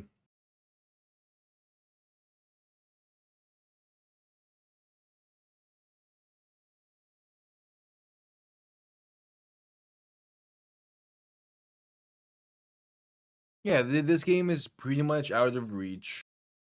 Your focus, even if this game was relatively close, let's say 2 possessions, you still have to focus on the fact that you play Carolina twice this season still. Like those games are coming up. You still have to play the Saints, you still have to play the Falcons. You have too many divisional games coming up to where you can actively be like, we're going to put Baker out there in the second half. Even if this game was relatively close.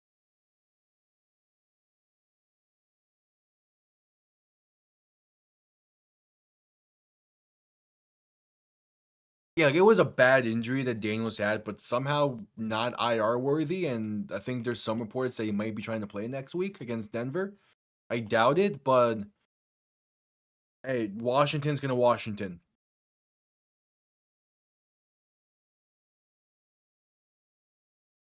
Yeah, they're talking about that Eagles-Cowboys game.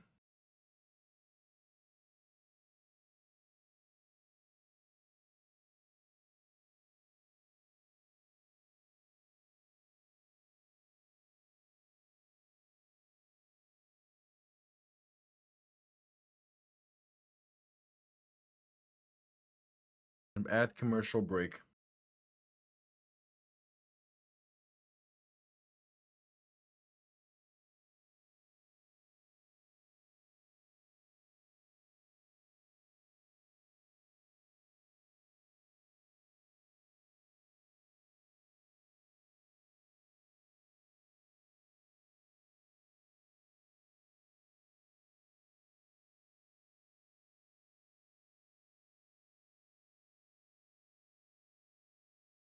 At halftime.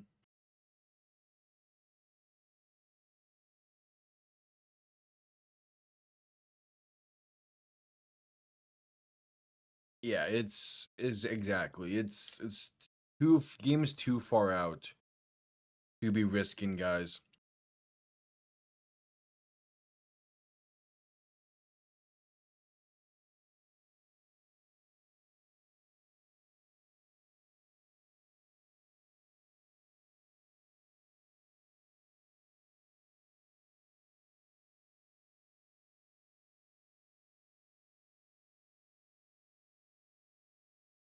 We'll see. Again, the Rams get balled to begin the second half, so the Buccaneers are going to have extra time to think about how to handle this.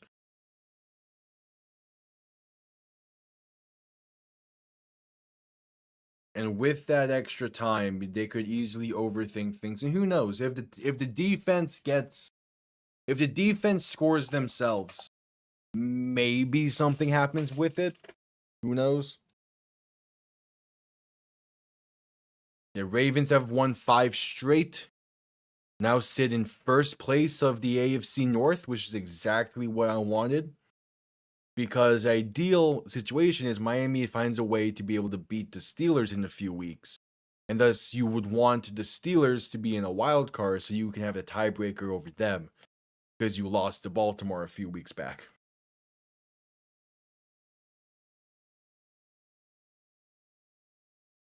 That's how the situation is.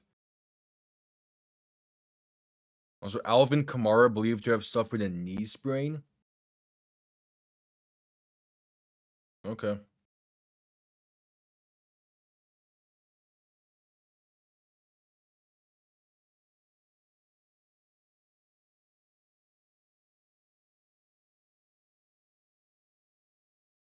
Oh yeah, the week 13 has quite a few good games.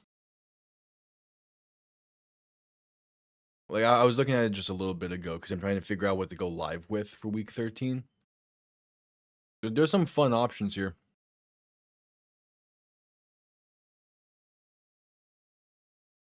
Because one, like after how the two teams played today, Giants Patriots is a good game.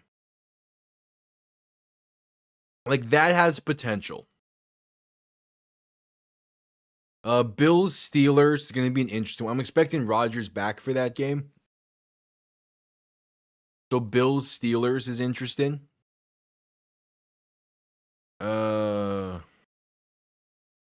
Colts Texans is a game I wish was at 4:00 because I would so go live with that game. Like that's a massive one. Bears Eagles is gonna be fun, and Thanksgiving this might be the best Thanksgiving slate in a while.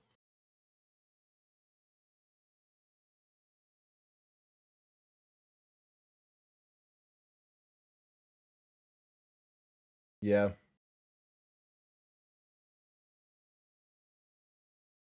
And after the Eagles had that crushing loss as well, which I think the Eagles losing like that might play in a little bit into scripted this week.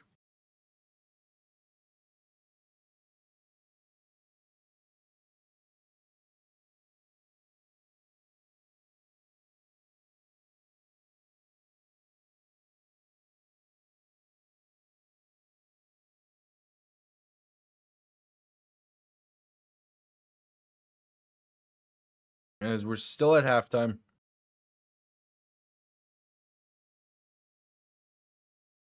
Trevor Lawrence threw 4 interceptions today, and they still won. I hate Arizona.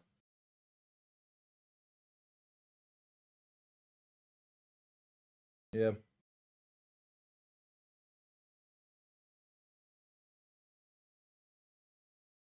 Yeah, but I think with the Chiefs winning as well today, I think it's gonna play a role into it somehow. Because the Chiefs did get a few calls go their way in that one.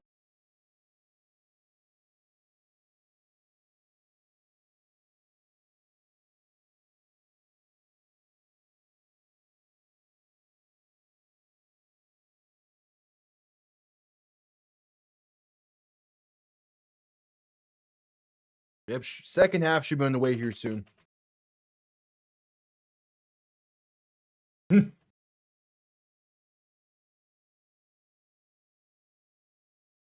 It's not because of Cam Little. It's because Arizona's offense couldn't hit the broadside of a barn.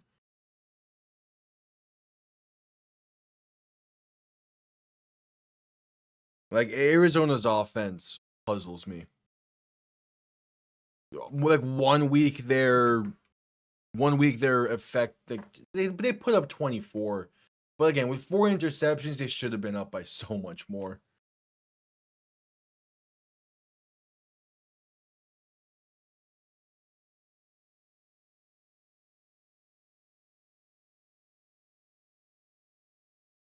Yeah, that's a solid one. I think Texans Colts is my sleeper game of week 13. I think that's the one I have circled. Also, I would love if the Titans beat the Jaguars. Kickoff underway. Going to bounce before the landing zone. Rams will begin from the 40.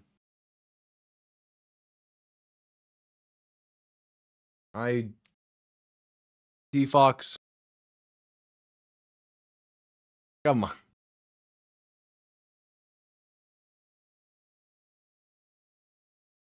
Titans win and pushes the Jaguars lower in the playoff standings. Hopefully.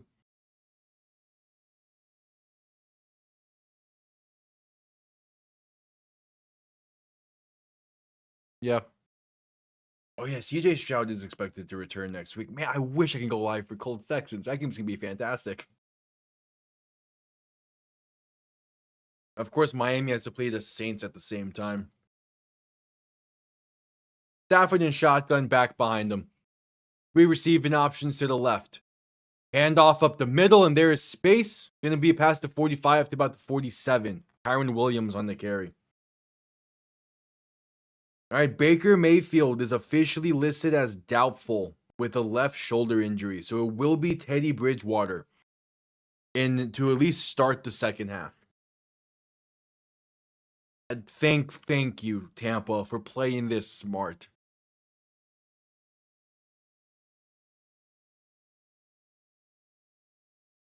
No, that's fair. Again, it gets to a point. It gets to a point, especially during the NFL season, where I keep track of what day it is by how close it is to Sunday, or yeah, how close it is to Sunday. Like even on like this past Wednesday, I was like, okay, it was like it is. I always relate things to like specific like other dates that I can remember very easily. Part of it is that just like okay, Sunday is the like whatever. Like it's gonna like Sunday is gonna be what's it gonna be this upcoming Sunday? Sunday's the 30th. So it's Wednesday. Sunday was the 30th. That's this many days after. I sure when we get to the off season, you're gonna see especially then that I am not good at keeping up with what day it is.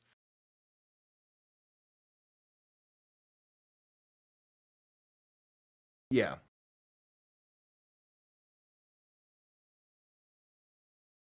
But it's like, yeah, it's probably not the best thing that I struggle with stuff like that. But again, I find means to make sure I know like days and stuff.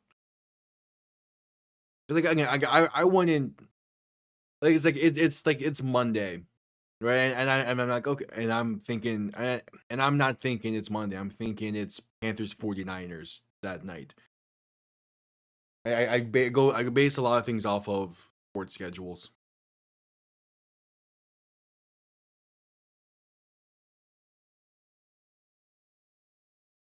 Yep. Yeah, Fridays and Saturdays are the freest I have now, which I'm fine with.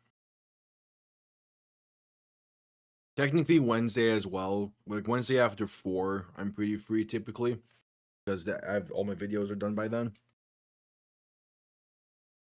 But it's fun because the NFL I have its schedule for uploads, and then the UFL comes around and completely just throws a 180 and has me have a different upload schedule for it. So I'm like, great. There's like a 3-month window out of the year where I have a very specific upload schedule. Everything else is just not. And all that really changes is predictions go from Wednesday to Thursday because the UFL week doesn't start till Friday. Technically, I think still. I actually don't know the UFL schedule yet. Hopefully that's soon.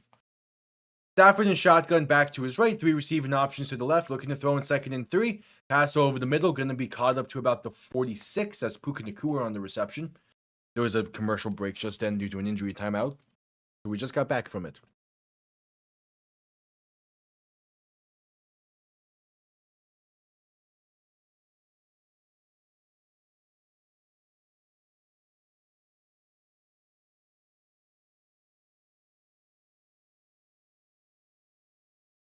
All right, so Stafford and shotgun back behind him. 3 receiving options to the left.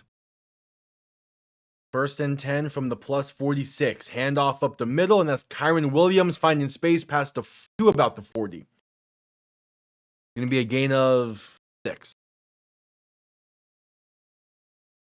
I would love it if the Giants pull off the upset. I already know, though, that ESPN is going to show a lot of Super Bowl highlights for Giants Patriots. It feels like they always do.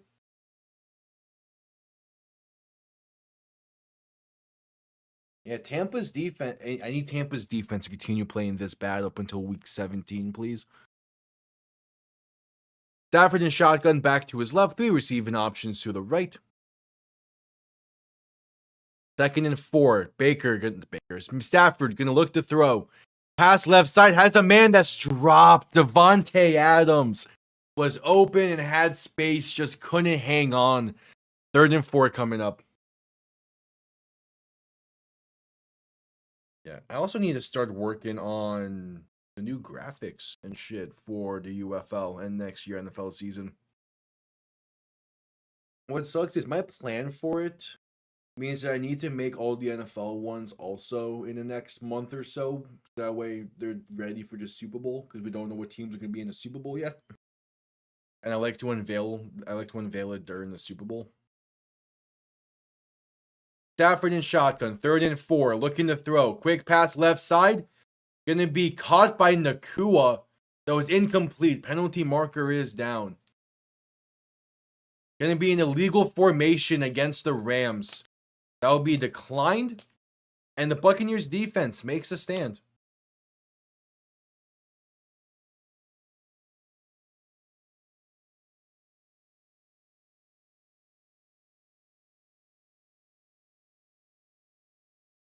Oh, yeah? Yeah, I've seen a few things from the PWHL. It looks cool. It's just I already have so many sports leagues to follow and keep up with. Like 3's plenty for me. You really have like 3, technically 4 is plenty for me to like have a massive like interest in and keeping up with. Stafford rolling to his right on 4th and 4, gonna slip and just throw this one incomplete. So the Buccaneers defense forces the turnover on downs.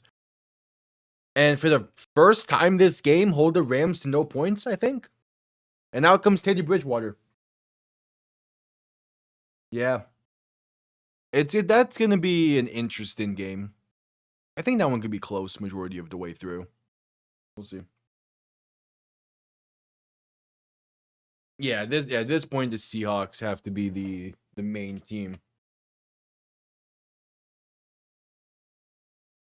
All right, Teddy Bridgewater taking the field. Last time he threw a pass. Oh, now they're calling an intentional grounding. Intentional grounding against the Rams. That would be declined. Wait, why would you decline it? It would have been a loss of down either way. It would have just been a sack. Oh well. Buccaneers ball.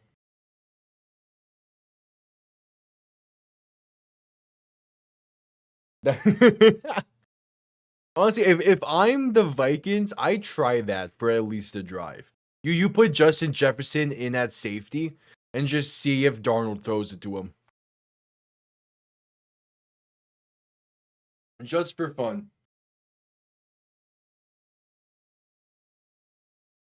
And yeah, that pass from Stafford did not get back to the line of scrimmage. Just under 13 minutes to play in the 3rd quarter.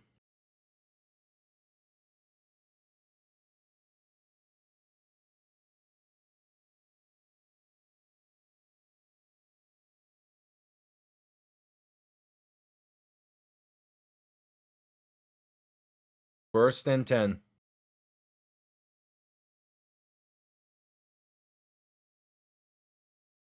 Yeah, might as well put them on defense. I'm sure. Again, you do it for a drive. You do it for one defensive series. See what happens and go from there.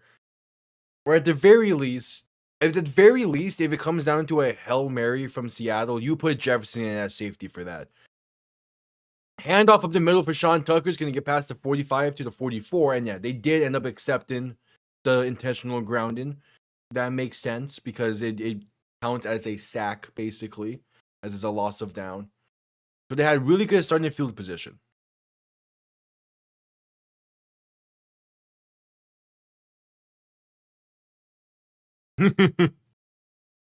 Yeah, I mean, JSN just broke the single season receiving yards record for Seattle today.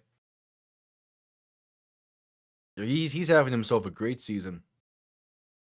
Bridgewater under center, back behind him.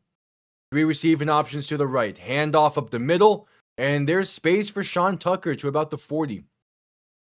Gonna be a 3rd and 2.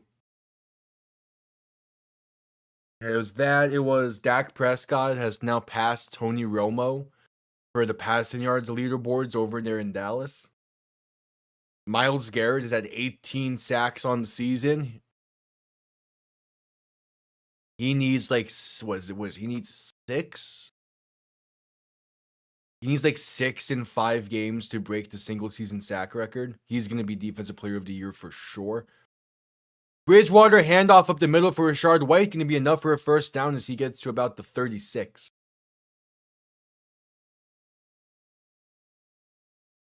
Myles Garrett is having a generational season on a team that is like 3-9. Or 3. What's the Browns record? 3-8. Bridgewater under center, back behind him. 3 receiving options to the right. 1st and 10 from the plus 36. Man in motion right to left. They're going to hand this off once again for Rashard White, and that is blown up in the backfield for a loss of about 3. There's nothing going there. That is Nate Landman on the tackle for loss. They tried 4 straight run plays, and it just did not work.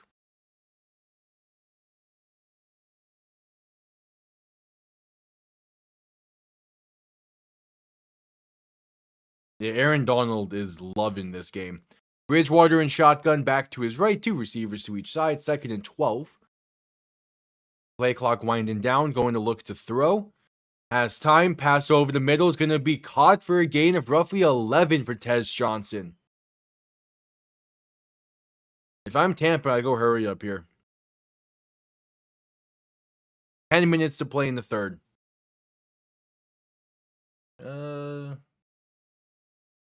I don't think that ever touched the ground. It definitely has movement in his arms. I'm not sure if that ever touched turf though. It's 3rd and 1, and we're gonna have a stoppage. I think the Rams are gonna challenge this.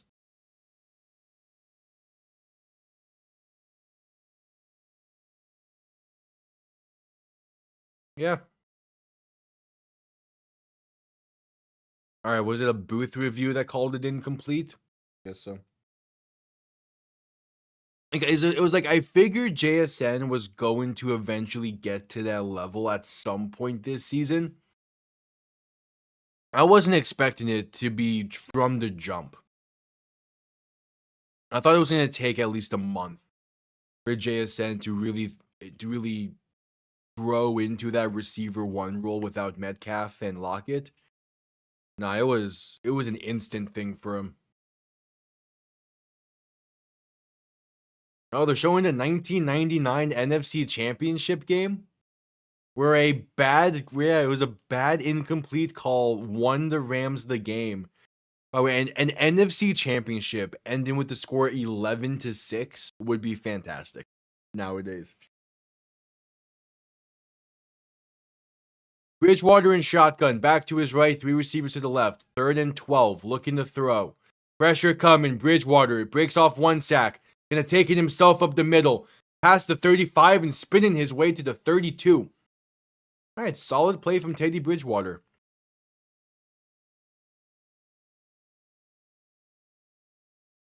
Yeah, and he has firmly been the best receiver in the league this year.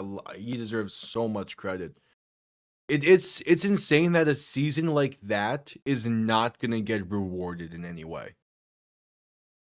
Because Matthew Stafford is on pace to win MVP right now. Jonathan Taylor is going to get Offensive Player of the Year. And JSN's left with nothing. Unless they tie with Jonathan Taylor and JSN. Bridgewater, quick pass over the middle, going to be caught, breaks off one tackle and gets to about the 20 for Cade Otton. The 4th and 6 pickup is plenty for the first, and Tampa is moving. 9:15 to play in the third.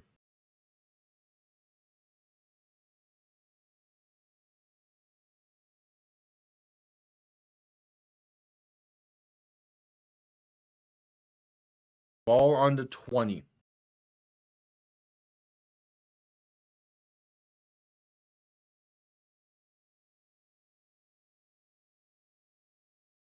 Bridgewater under center, back behind him, 2 receiving options to each side.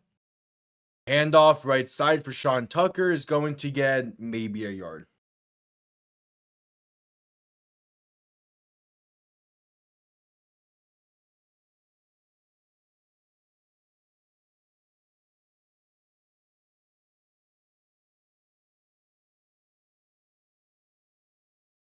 So 2nd and 8.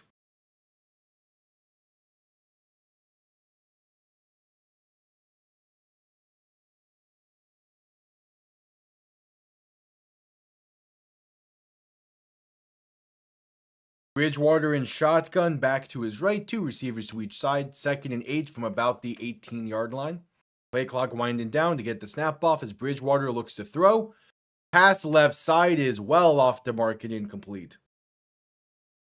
No idea who he was looking for there. Maybe Sterling Shepard, as he's the closest Buccaneer, but that was just off the mark.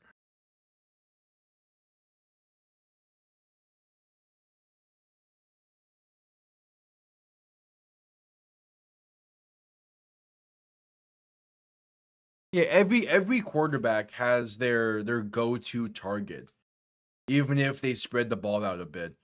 JSN is just that dude. And it's simple. If you're gonna catch the ball more often than not when it's thrown your way, you're gonna get the ball thrown your way more often than not. Bridgewater quick throw right side gonna be batted away and incomplete. Emmanuel Forbes having himself an incredible night. And it's 4th and 8 with under 8 minutes to play.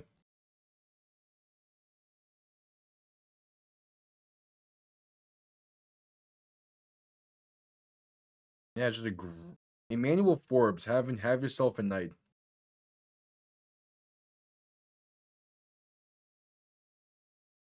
So 4th and 8, the offense is staying on the field. Bridgewater in shotgun, back to his right, 3 receivers to the left. Going to look to throw.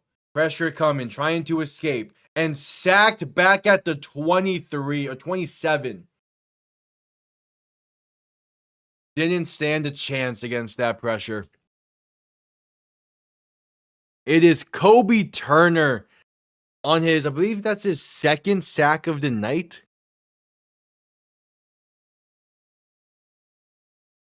And the second half begins with back-to-back turnover on downs. We head to commercial break.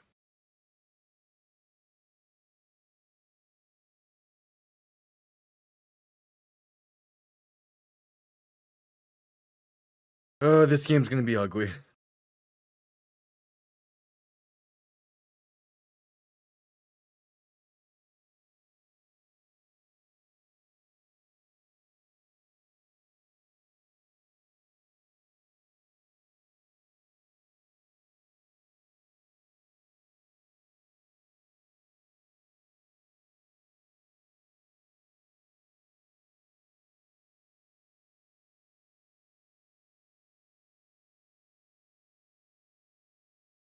And that commercial break.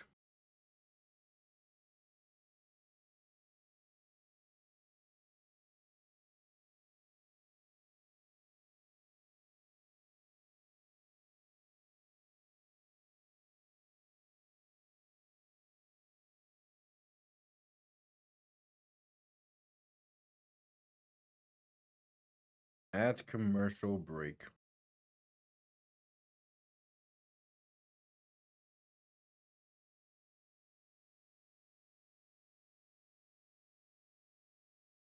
Ugh.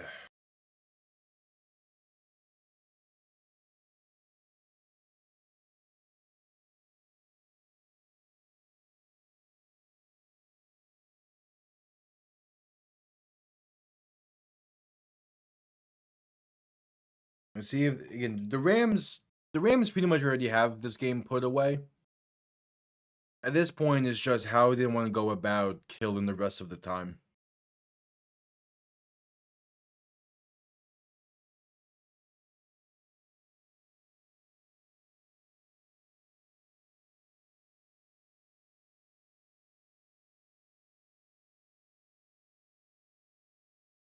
We will see. Just coming back from commercial break.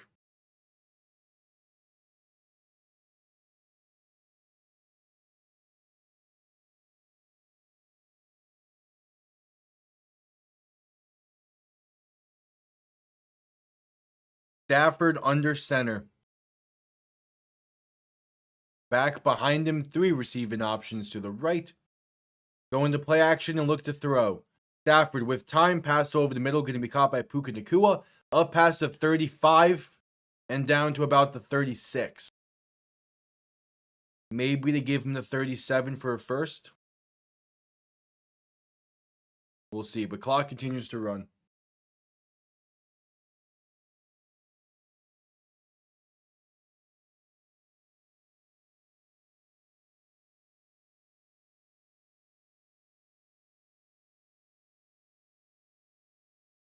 And Nakua is heading to the sideline after that. He did get brought down kind of awkwardly. Stafford under center. They said it was a gain of 10 exactly. Play action once again, looking to throw. Pass right side, going to be caught. Makes one man miss, makes a second miss. Has space up the middle for a first down up to about midfield. That is Jordan Whittington on the reception.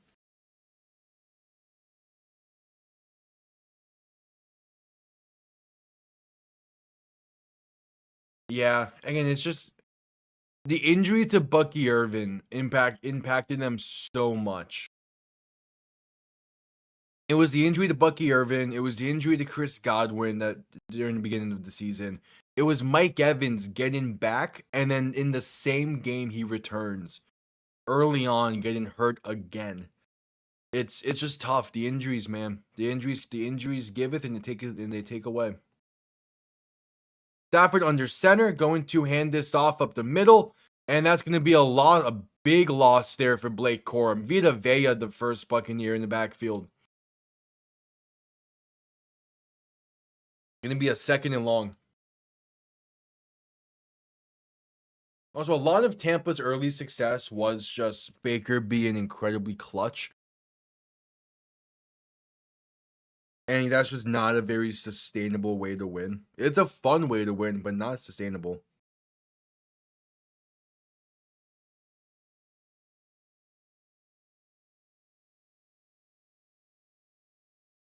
So Stafford in shotgun, back to his right. 3 receivers to the left. 2nd and 16.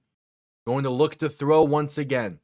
Has time, pass left side. Going to be caught and brought down near the plus 48. That's Davis Allen on the reception. So a 3rd and about 8 coming up.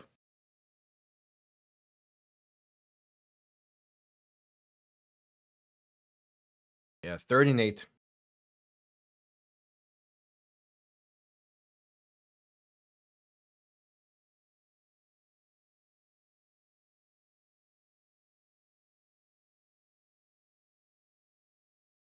Under 5 minutes to play in the 3rd. Stafford in shotgun, back to his left. 3 receivers to the right. Play clock winding down. They get the snap off as Stafford looks to throw. Pump faking, pass right side, going to be off the mark and incomplete. Not really sure who that was towards. Puka Nacua is the closest receiver there. And the Rams will punt. Of course, right as the Tampa defense wakes up, their offense is led by Teddy Bridgewater.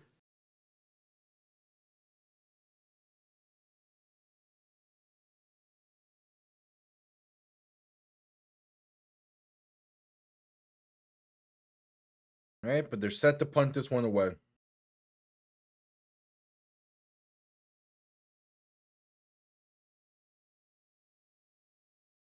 Punt comes off clean, going to be fair caught at the 7, maybe the 8-yard line. They still pin him back inside the 10 with 4.5 to play in the 3rd quarter. I bet you they thought that shot of the Beverly Hills sign looked a lot better than it actually did. And we had the commercial break off that. Well, he was solid early on in his career. And then he got banged up to high hell in Minnesota. Yeah. Like he got really badly injured in Minnesota. And then from there he kind of just he's just been bouncing around since. I wouldn't say that fully. Again, he was solid in Minnesota before the injury, but he still wasn't like anything spectacular. It's the best way I have seen it put is Teddy Bridgewater was like, the same way like video game releases, they have like an alpha version and a beta version of a game before it ends up releasing. Teddy Bridgewater is the beta version of Lamar Jackson. Both went to Louisville. Both was drafted 32nd overall by a team with a primary color of purple. It's just Teddy Bridgewater got banged up, got injured a lot in Minnesota, didn't have that same success that Lamar Jackson ended up having in Baltimore. Again, like Bridgewater was what, 2015 draft class? 2014? Louisville went Bridgewater to Lamar Jackson.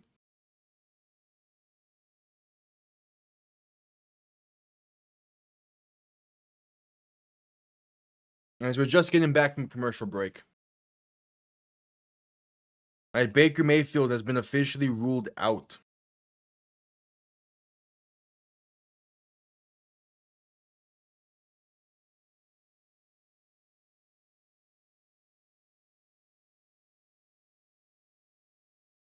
Should be coming back from commercial break soon.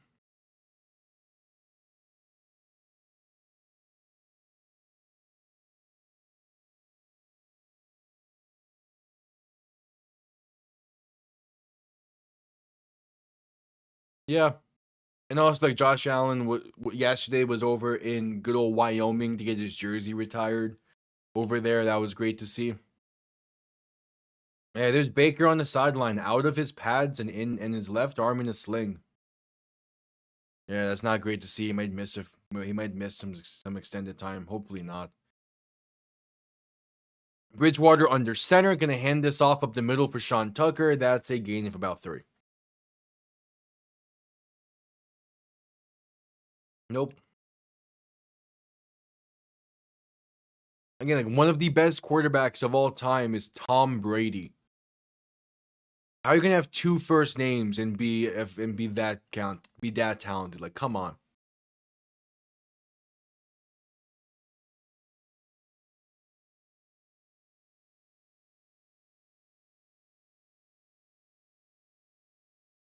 That Rams defensive stat, 39% of pass rush snaps involve a pass stunt. That's like me calling the defense. Quick pass left side, going to be caught by Kate Auden for about 5-6-ish. In the college football video games and now in Madden, I loved calling pass stunts so much because they work so well.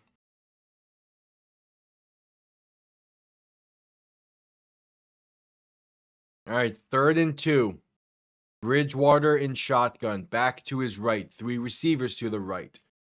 3:10 to play in the 3rd. Man in motion right to left, looking to throw. Dump off left side to Auden.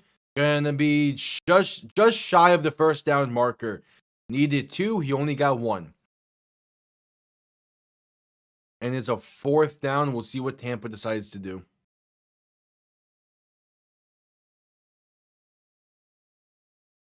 Yeah, exactly. I was gonna say, or like Steve Young, but can we really say Steve Young is a basic name? How many?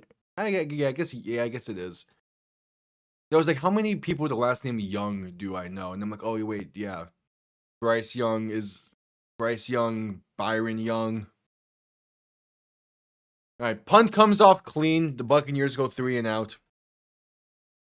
It's going to be returned beginning from the 28. Room outpassed the 35 to the 36.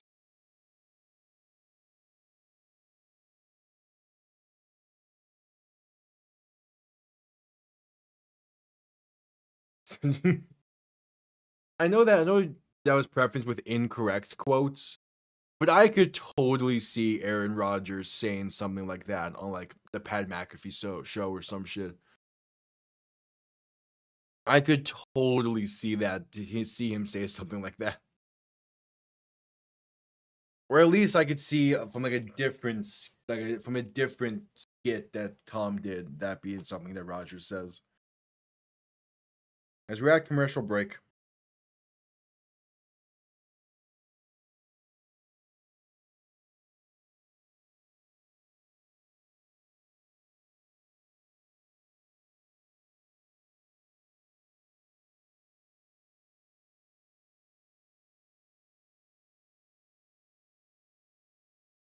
Yeah.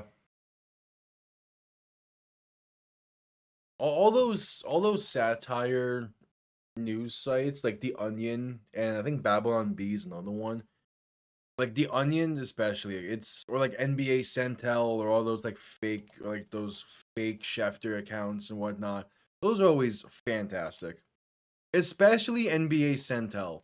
Like they have nailed it out the park with how they've handled NBA Centel. Whoever runs that account is a genius.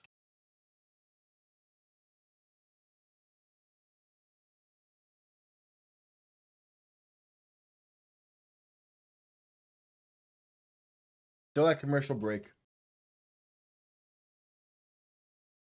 Yeah, that was just the other satire site I know of. Most of like the satire news stuff I know is like Centel, the fake Schefters, the fake Shams, the fake Rappaports, and all those.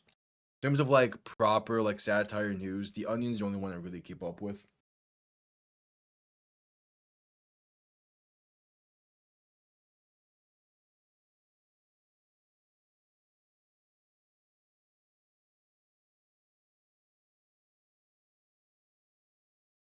All right, just getting back from commercial break.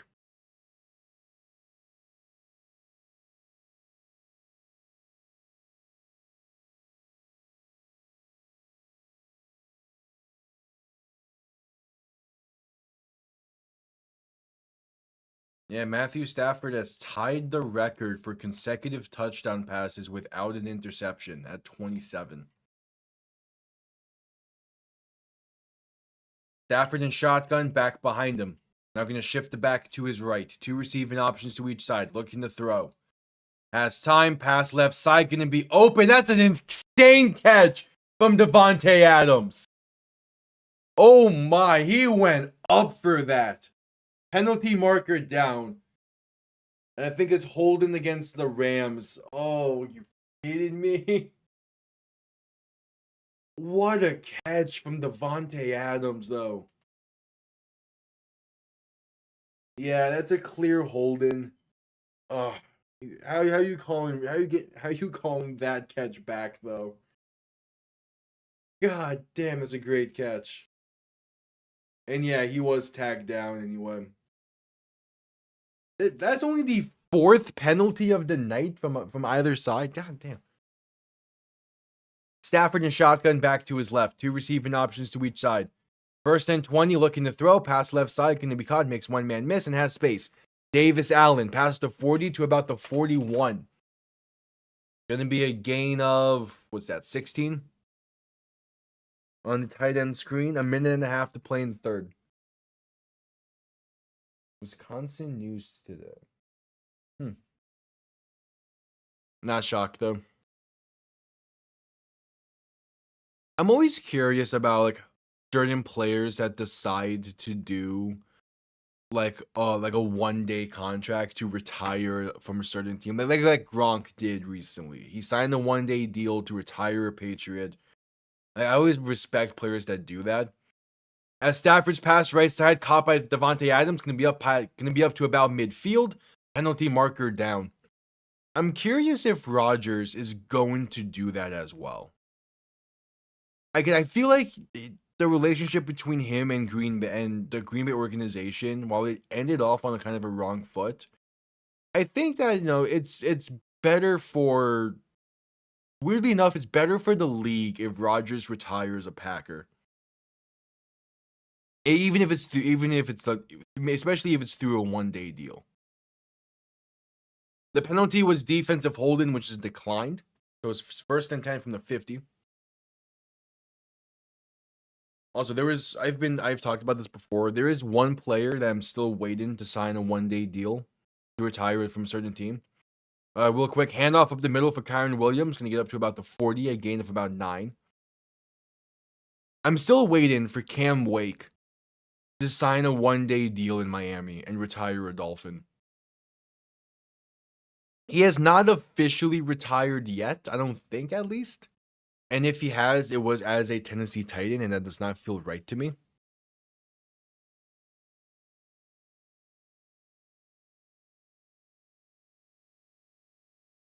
Yeah, he is not officially retired yet.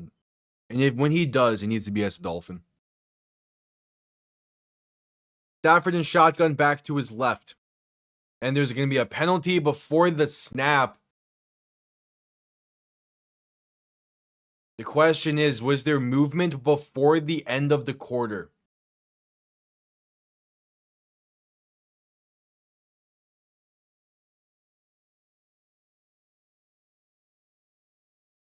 See, the refs are discussing.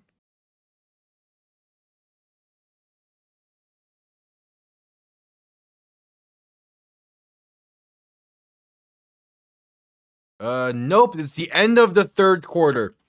15 minutes remain. It is a 24-point game. And we'll see what... We'll just see how both teams handled the final 15 in this one.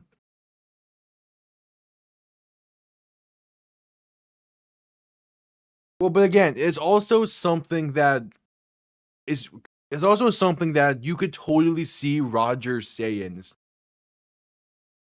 Especially with all the other stuff he was saying that he has been saying the past few years. Like, that is not out of the realm of possibility.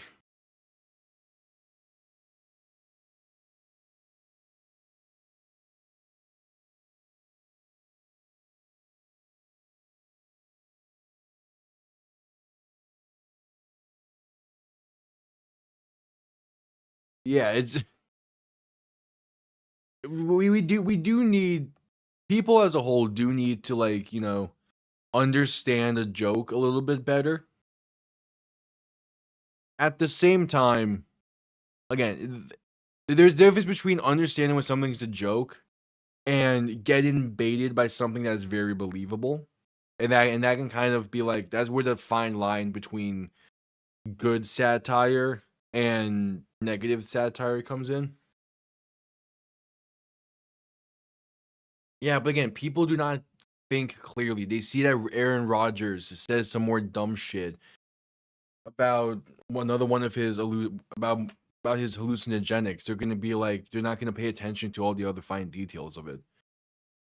Because also, think about it this way: 99% of people, when they see an article posted online, either through Twitter, Instagram, Facebook, whatever, they only read the title and base the assumption off of that. They don't read who wrote it. They don't read where it came from. All they read is the title and the image attached. That is it.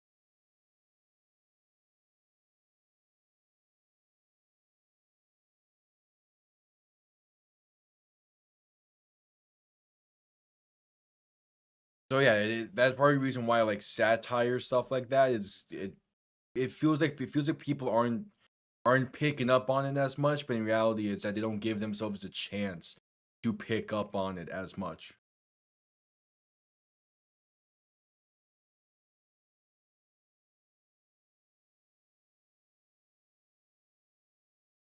Yeah, again, it's the you have to read it to get there type of thing.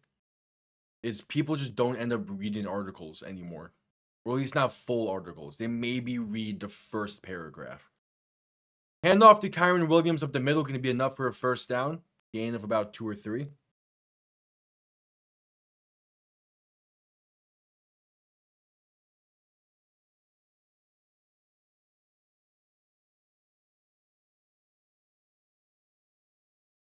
All right, 1st and 10. Stafford in shotgun back behind him. 3 receiving options to the right. Ball in about the 37. Going to hand this off up the middle for Williams, and that gets past the 35 to about the 34.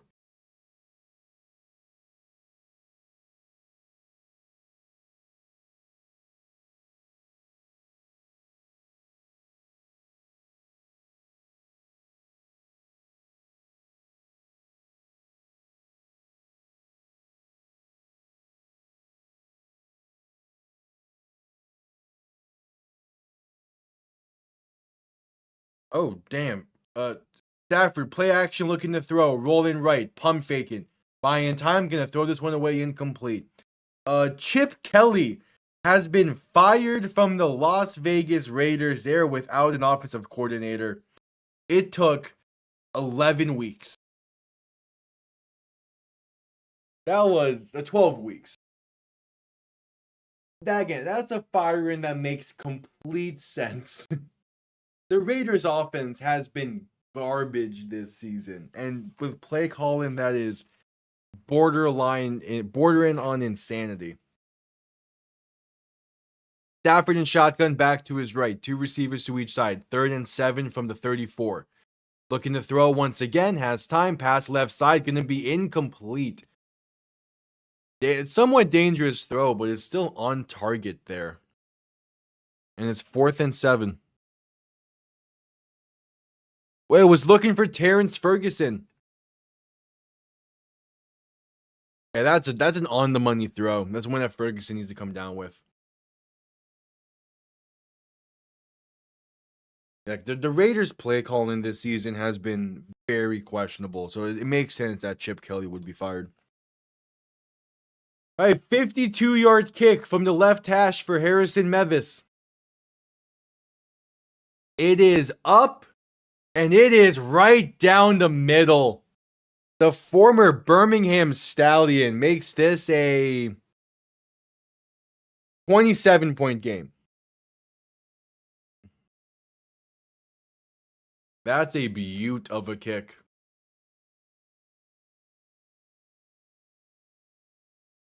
Tom McMahon.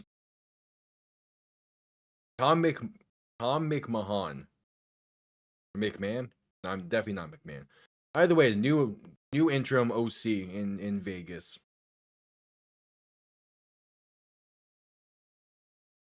Chip Kelly was made the highest paid coordinator in the NFL this past offseason.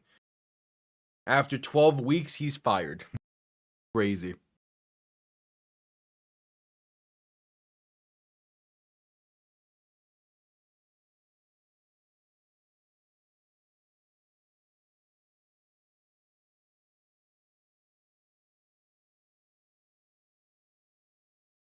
And it's still at commercial break.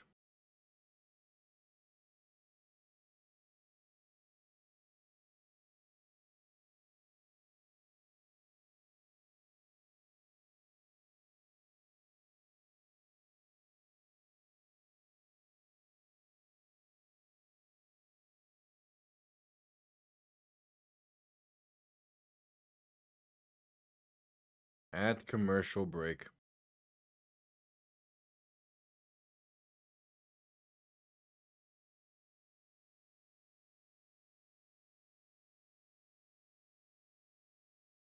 There's 4 articles of the hat man is crazy.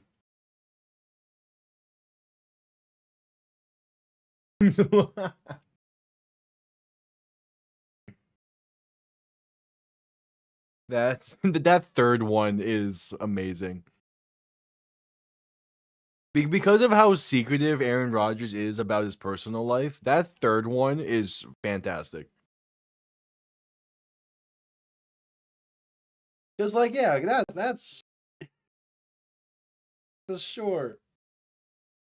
I mean, we know he got married in the offseason. We still have no idea to who, but it doesn't matter at the end of the day either way. But sure, let's just run with the jokes around it. All right, just coming back from commercial break, they're showcasing the draft histories of the Rams, and it's been a very good past few drafts for the Rams as they're looking to get back to the Super Bowl. This could very easily be the year. As kickoff is underway, going to be out the back of the end zone for a touchback. Tampa will begin from the 35. Throughout comes Teddy Bridgewater.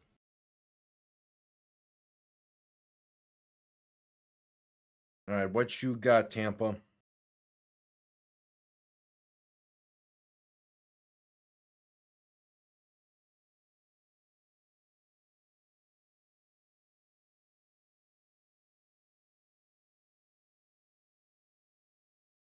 Let's see.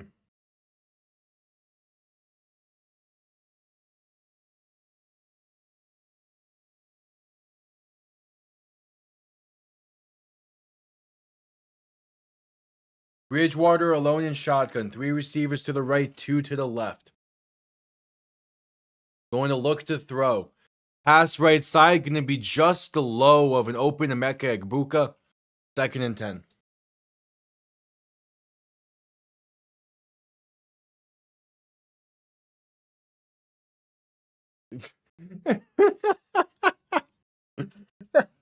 I'm going to throw shade at Sam Darnold for a sec, but that reminds me of what that reminds me of the Sam Darnold quote of him seeing Ghost against New England.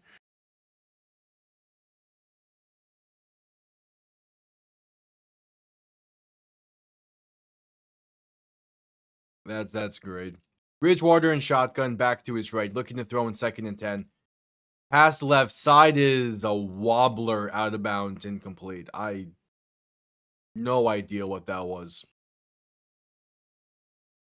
Man, there's the Aaron Donald bobblehead they're showing in the booth. They got him doing his ring me celebration from the Super Bowl with a goat and wearing an Aaron Donald jersey next to him. That is the perfect pose for the bobblehead. And honestly, make that the statue outside of SoFi as well. Bridgewater in shotgun, back to his left, 3 receivers to the right, 3rd and 10. Going to look to throw once again. Pressure coming, trying to escape, and sacked back at the 25. Exactly, yeah. Sam has goes, Aaron has the hat, man. When Miami plays Pittsburgh this season, I'm going to try and reference that. Oh, holding against the defense is the penalty on this one. 5 yards, automatic first down. All right, cool.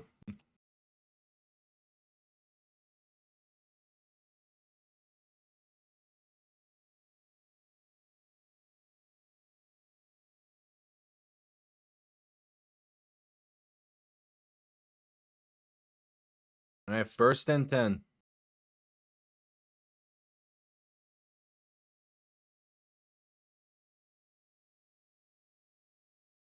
Bridgewater in shotgun, back to his right, 3 receivers to the right from their own 40.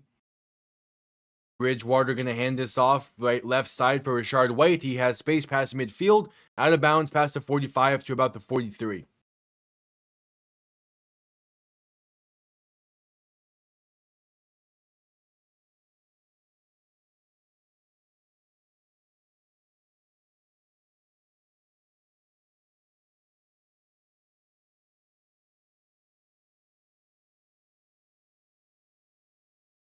There's Sean McVay, through the years, back to when he was a receivers coach in Tampa.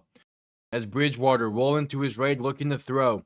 And just going to throw this one away and complete. Penalty marker down, I would imagine. That's a hold-in against Tampa.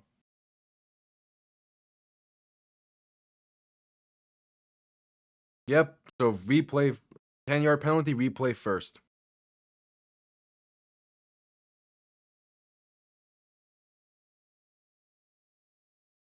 Yeah, the difference, man, between young McVay and the one we have now. Crazy.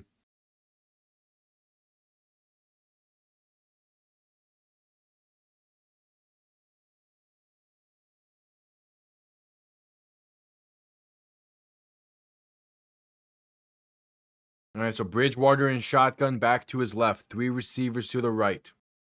1st and 20 from their own 46. Quick throw right side, caught by Sterling Shepard. That is a gain of about 2.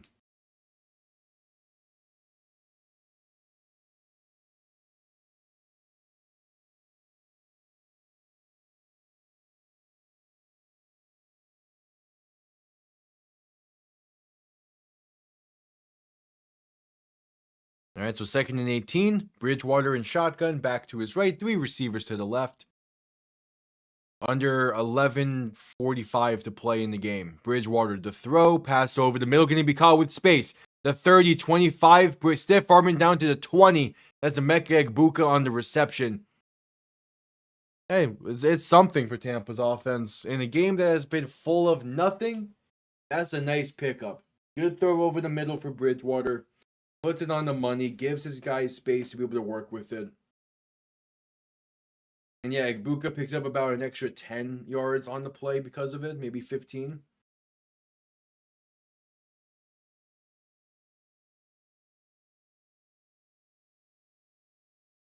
So now 1st and 10, 11 minutes to play in the game. Bridgewater in shotgun, back to his right, 2 receivers to each side. Ball on the 20. You get the snap off in time, looking to throw. Pressure coming, pass right side, going to be off the mark, looking for Sean Tucker. A little bit too far outside, couldn't keep his feet in bounds. 2nd and 10.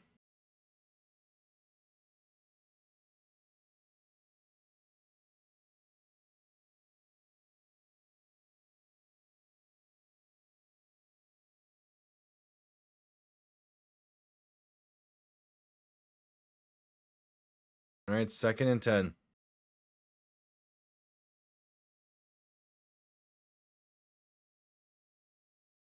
Bridgewater in shotgun, back to his left. Quick throw left side, can be caught by Johnson. Has space for about 3 or 4.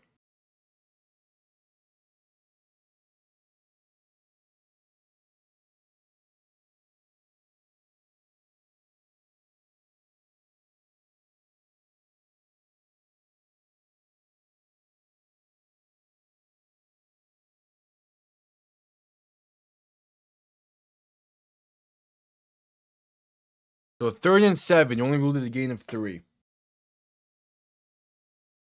All right, cool. Yeah, I saw you sent them. I'll take a look afterwards.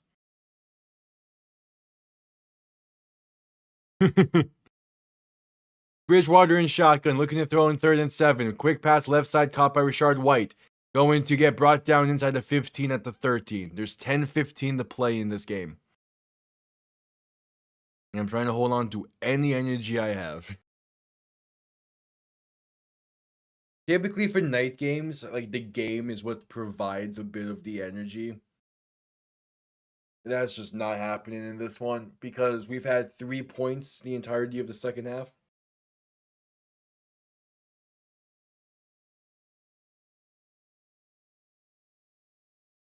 Fourth and 3, Bridgewater alone in shotgun. 3 receivers to the right, 2 to the left. About 9:40 to play in the game. Bridgewater looking to throw. Pressure coming, trying to escape to his left. And sacked back at the 25. It's Jared Verse once again. Ugh. And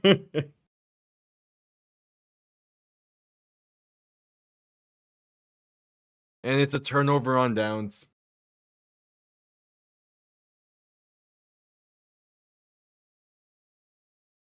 Not quite yet. I'll probably look at it sometime this week when I have a lot more free time. Due to Thanksgiving and all that.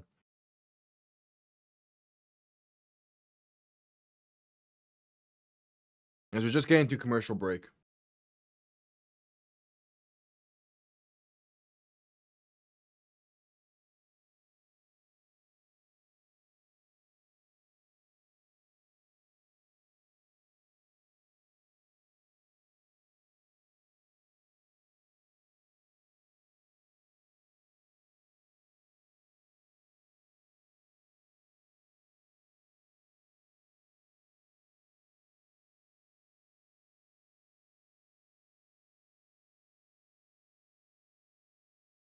All right, at commercial break.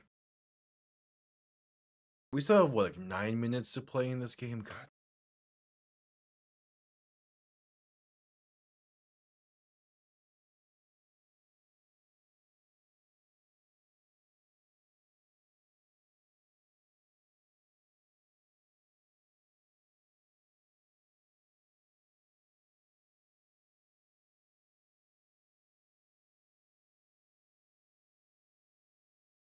Yep, at commercial break.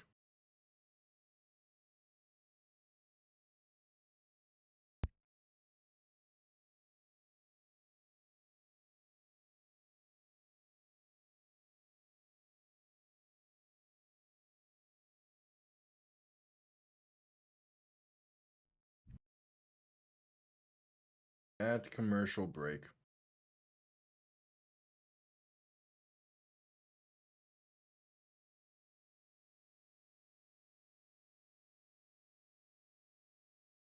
Oh yeah. Yeah, again, I'll go through it definitely before next week's Sunday games. I'll have gone through it.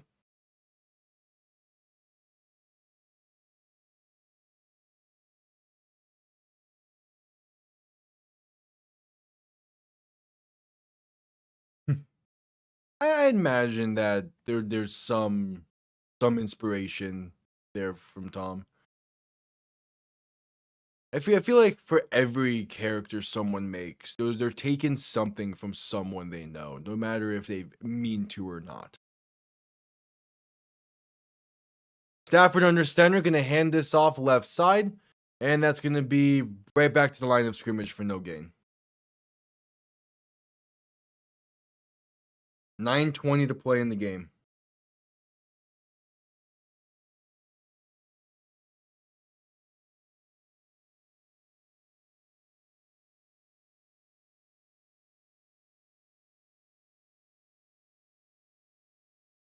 Second and 9 coming up. They were generous and gave him a yard.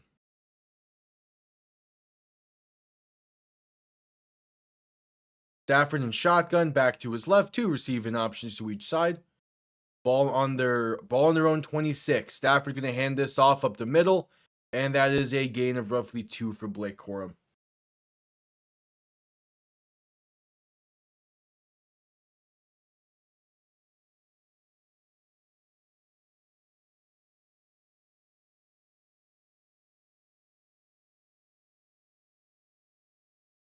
That's probably what took place, because the scripted does have some type of feel of a classroom environment, at least when it's like in a normal state and not whatever's going on now with the Patriots and whatnot.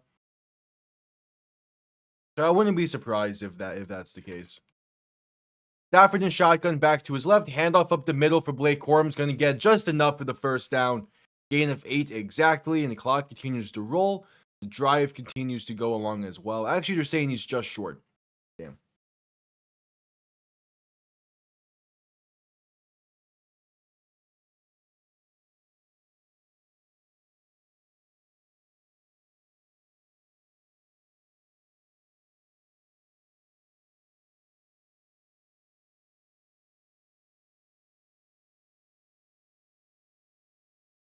All right, 4th and inches. They're going to punt this one away. This game just won't end smoothly, can it?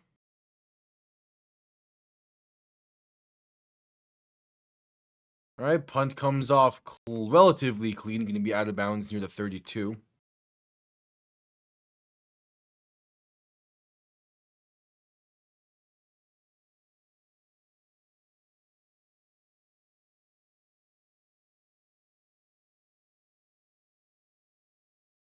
All right.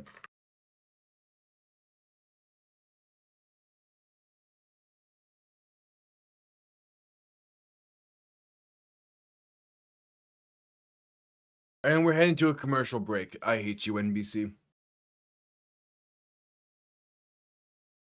Not only are we going to a commercial break, we're going to a commercial for Google's AI about a turkey trying to leave and go.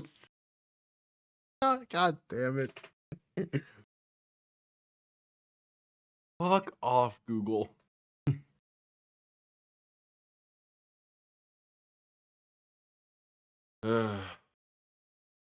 Alright, so that commercial break.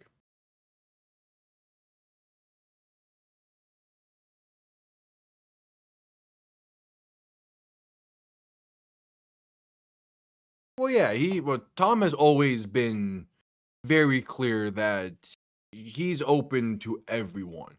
Like he's accepting of everyone. He builds his community off of being a space for everyone to go to, no matter what, and feel like that and be a part of be a loving community and all that. So yeah, of course Tom would be someone that doesn't care about shit like that and is accepting. That's also part of the reason why he's that dude.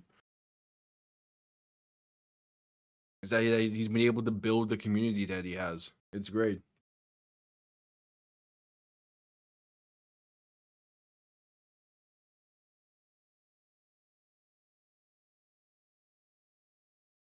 All right, so that commercial break.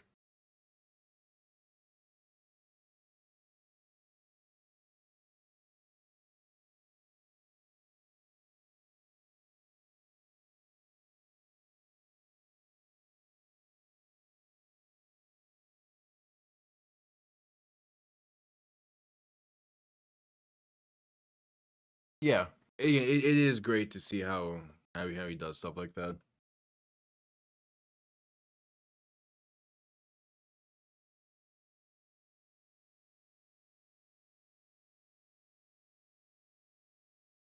All right, yep, Thursday night, Thanksgiving night, Bengals and Ravens.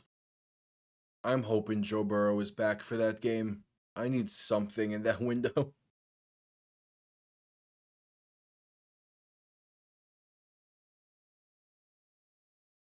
I'm not sure if I can handle watching the current Bengals team. Bridgewater and shotgun back to his left. Gonna hand this off up the middle, and that's stuffed at the line for no gain. That punt went out of bounds at the plus 48? God, that was a bad punt. Okay. 2nd and 10 coming up.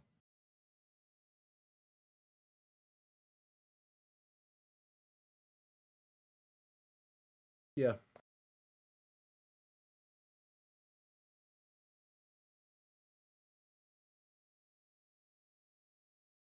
All right, 2nd and 10. Bridgewater and shotgun back to his left, 2 receivers to each side. 6.5 to play in the game. Bridgewater going to play action and look to throw. Pressure coming, escaping to his right. And just gonna underhand pass this one. And that's incomplete.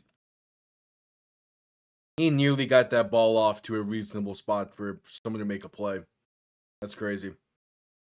All right, 6:20 to play in the game. That is a crazy underhand throw from Bridgewater, though. I'll give him that. The fact that that ball traveled about 20 yards is crazy.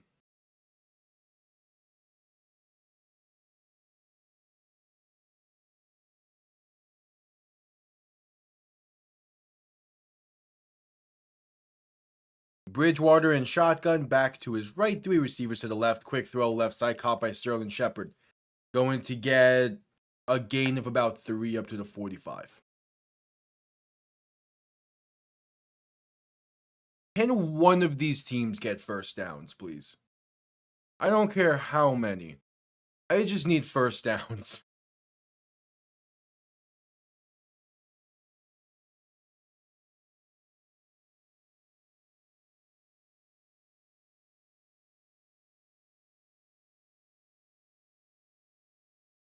After this loss, Tampa will be tied with Carolina for first place in the NFC South as they're set to punt this one away.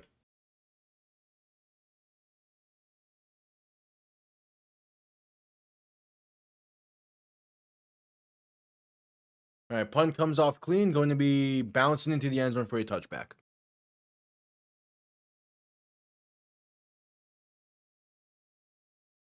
All right, should be back. OBS just crashed randomly. That's funny. Stafford handoff left side on 1st and 10 is going to get about 9 before being forced out of bounds. It's back. Cool. That's the first time I've had OBS crashed on me in the nearly 2 years of doing these streams. That is that is funny. I'll take it. Oh, yeah, there's Jimmy Garoppolo on the side. Wait, why is Jimmy Garoppolo on the sideline? Get Stafford out this game, please. I know he's not the mobile guy like Daniels is, to where that's even a possibility, but still. Stafford should not be in right now. 2nd and 1. Stafford under center, back behind him. 2 receiving options to each side. 2nd and 1 from the 29. Man in motion left to right. Going to hand this off up the middle for Williams. And that's enough for a first down, gain of roughly 4.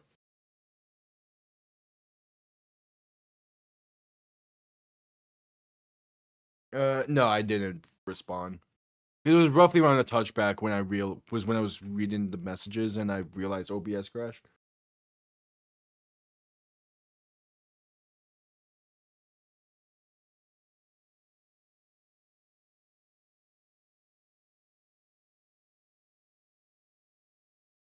And under 4 minutes to play.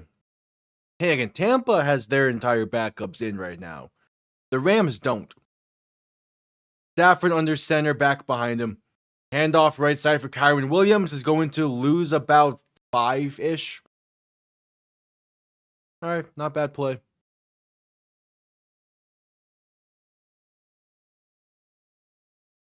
Yeah, the Rams special teams issue. That lost to Philly earlier in the season.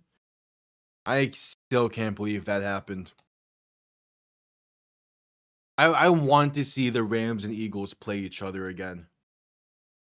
I really do. Because that would be an amazing matchup in the playoffs and get that rematch. It would have to be, currently, it would have to be the NFC Championship, but I'm fine with that. All right, Stafford under center, back behind him, two receiving options to each side, tight end in motion as they hand this off up the middle. Going to get about those 5 yards right back, maybe a little bit more for Kyron Williams.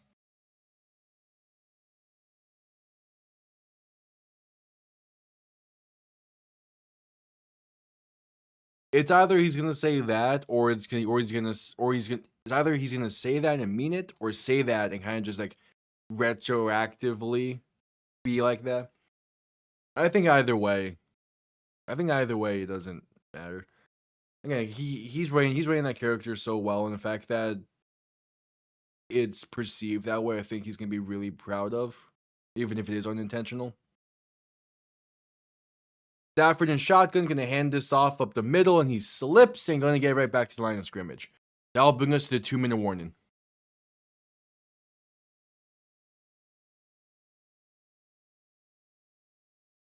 I think part of it is that it's. What am I trying to say with this? It's late. we're past 11. My brain is trying to work with what I want to say here. I don't think I'll be able to get it right now. 2-minute warning.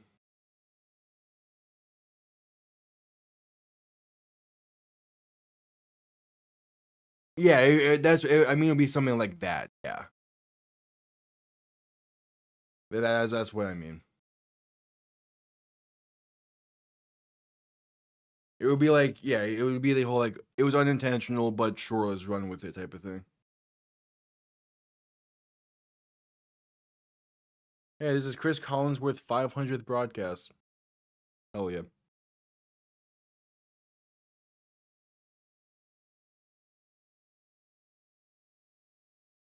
Giving him a cake at the 2-minute warning to end the game is funny.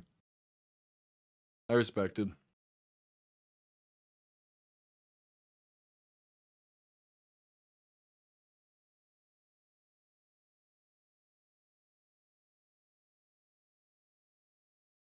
All right, the punt comes off clean.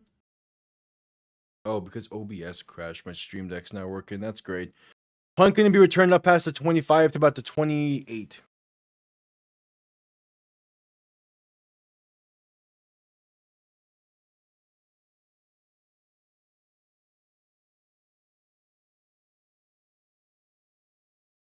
Oh, that's real funny.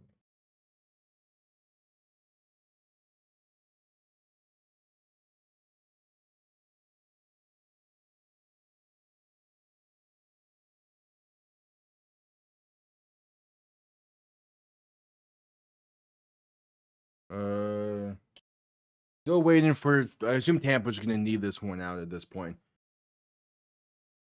And I guess we're not going to be able to. Oh no, Bridgewater and shotgun back to his right. Two receiving options to each side. Going to hand this off up the middle, and that's a gain of about 2 or 3. That's cool. My stream deck's up for some reason. Thank you, OBS, for making things difficult. Oh well, it's the end of the game anyway.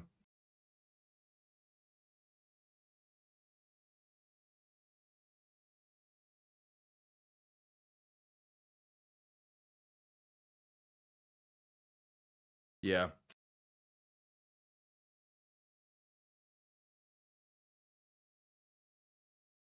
Bridgewater in shotgun back to his right, 3 receivers to the right as well. A minute to play in the game, gonna hand this off up the middle, and that's stuffed at the line for no gain.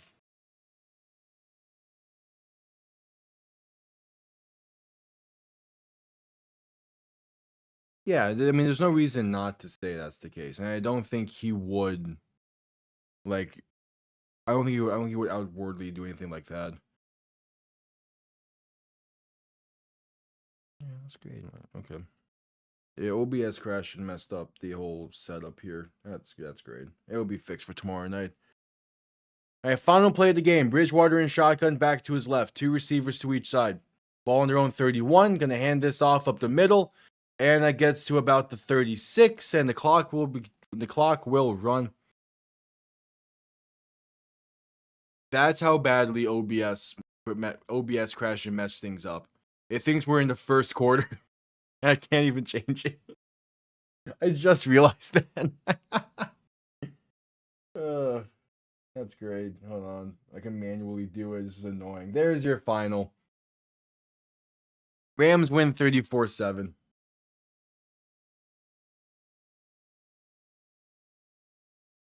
Yeah.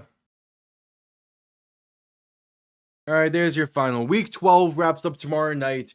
A Panthers win against the 49ers means they have sole possession of first place in the NFC South entering Thanksgiving. But as it sits, the Buccaneers and Panthers are tied for the division. We're really talking about the NFL going back to like 2014 now. It's crazy.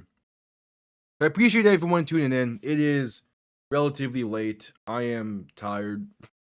Appreciate everyone tuning in. I'll see you all tomorrow night. Panthers and 49ers. Hopefully, it's a better game than what this was. It's going to depend on the Panthers again, but hopefully it's a little bit better of a game. Yeah, I'll be live tomorrow night. I appreciate everyone for tuning in. I'll see you all next time. Have yourselves a damn good one. Peace.